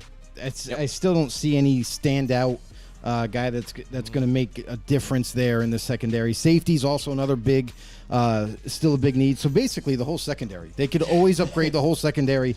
Other than that, linebacker, they kind of put Band-Aid jobs in that position. They bring Cody Barton over from Seattle, a guy who kind of flourished in Seattle and now trying to make a name for himself. Other than that, like you look at the offense, and just like you said, Cody, like quarterback, like I'm sorry, I'm not a real big believer in Sam Howell being the answer. I know he had limited success in the time that he did show up on the football field and scored some points, and it was all nice in that, but I definitely didn't mention him as one of those quarterbacks. I think he's going to end up being a backup, career backup at best. And Jacoby Brissett, this is the interesting part of it. This is why I don't think they go quarterback, is because they signed Brissett to be insurance. And because he's that veteran presence, because he's the guy that he's going to come in, do his due diligence, do his work, and he's going to be there just in case. Sam Howell fails, Brissett's going to be your guy for the remaining of the year. So maybe they pursue quarterback next year, which is there's going to be 2 stellar quarterbacks coming out in 2024. And Washington might have to trade up then as well. But other than that, there's really not a whole lot to go off of for Washington. Don't have a lot of needs in my eyes, but at the same time, they're kind of, underperforming this year. Yeah, I'm going to agree with you. I think they're going to go defensive side of the ball. They tend to trend towards that way too as well. You got to think too, their head coach this is probably his last year too, because again, it's going to be new ownership. He's already been kind of on the hot seat already. Now this move forward with Sam Howell, and then you've got Jacoby Brissett. Like you said, it's the perfect time to bridge to. Here we go, new coaching staff next year. They go and draft their quarterback that they want, and I just think that's the way it's going to roll for this year. Again, grab somebody in the secondary to help out the defense, see what they got, what they can do, compete in this division, because the division, you're not sure what you're going to get, even though, the Eagles are always going to perform. Cowboys going to be what they're going to be. And we'll see what happens out of the Giants and stuff with them. But, it's going to be a tough division. They're going to compete. But I think it's sad that the whole Taylor Heineke thing, just already came and passed through, because it seemed like they were fooling around with him too much, and they had something there, and now they just let it walk right out the door. So yeah, that's the sad part, is like for Taylor Heineke, he never really was like, he was given a chance, but then it is almost like Washington never really truly believed in him as the quarterback, which is amazing. Because his teammates did. He was productive. Yeah. His teammates were all behind it. They were behind his back 110%, and he won games. Mm-hmm. Isn't that what the NFL is all about? You need to win games. Why not just? I'm just surprised they moved on from him, didn't keep him there, and make him their franchise quarterback, at least for short term. Mm-hmm. Would have made more sense. Yeah, absolutely. So there you go. There's our NFL draft team needs for all of 32 teams, even though some of them aren't going to be drafting in the first round. There's a handful there. We'll talk a little bit about them. Why not?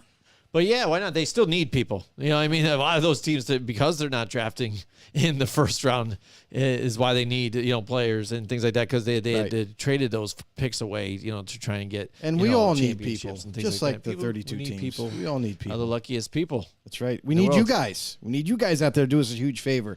Head over to YouTube. Hit that subscribe button. Hit that notification bell. Let you guys know when we go live. And you can also follow us on anywhere you get your podcasts. iTunes, Spotify, you name it. Drop a follow there as well.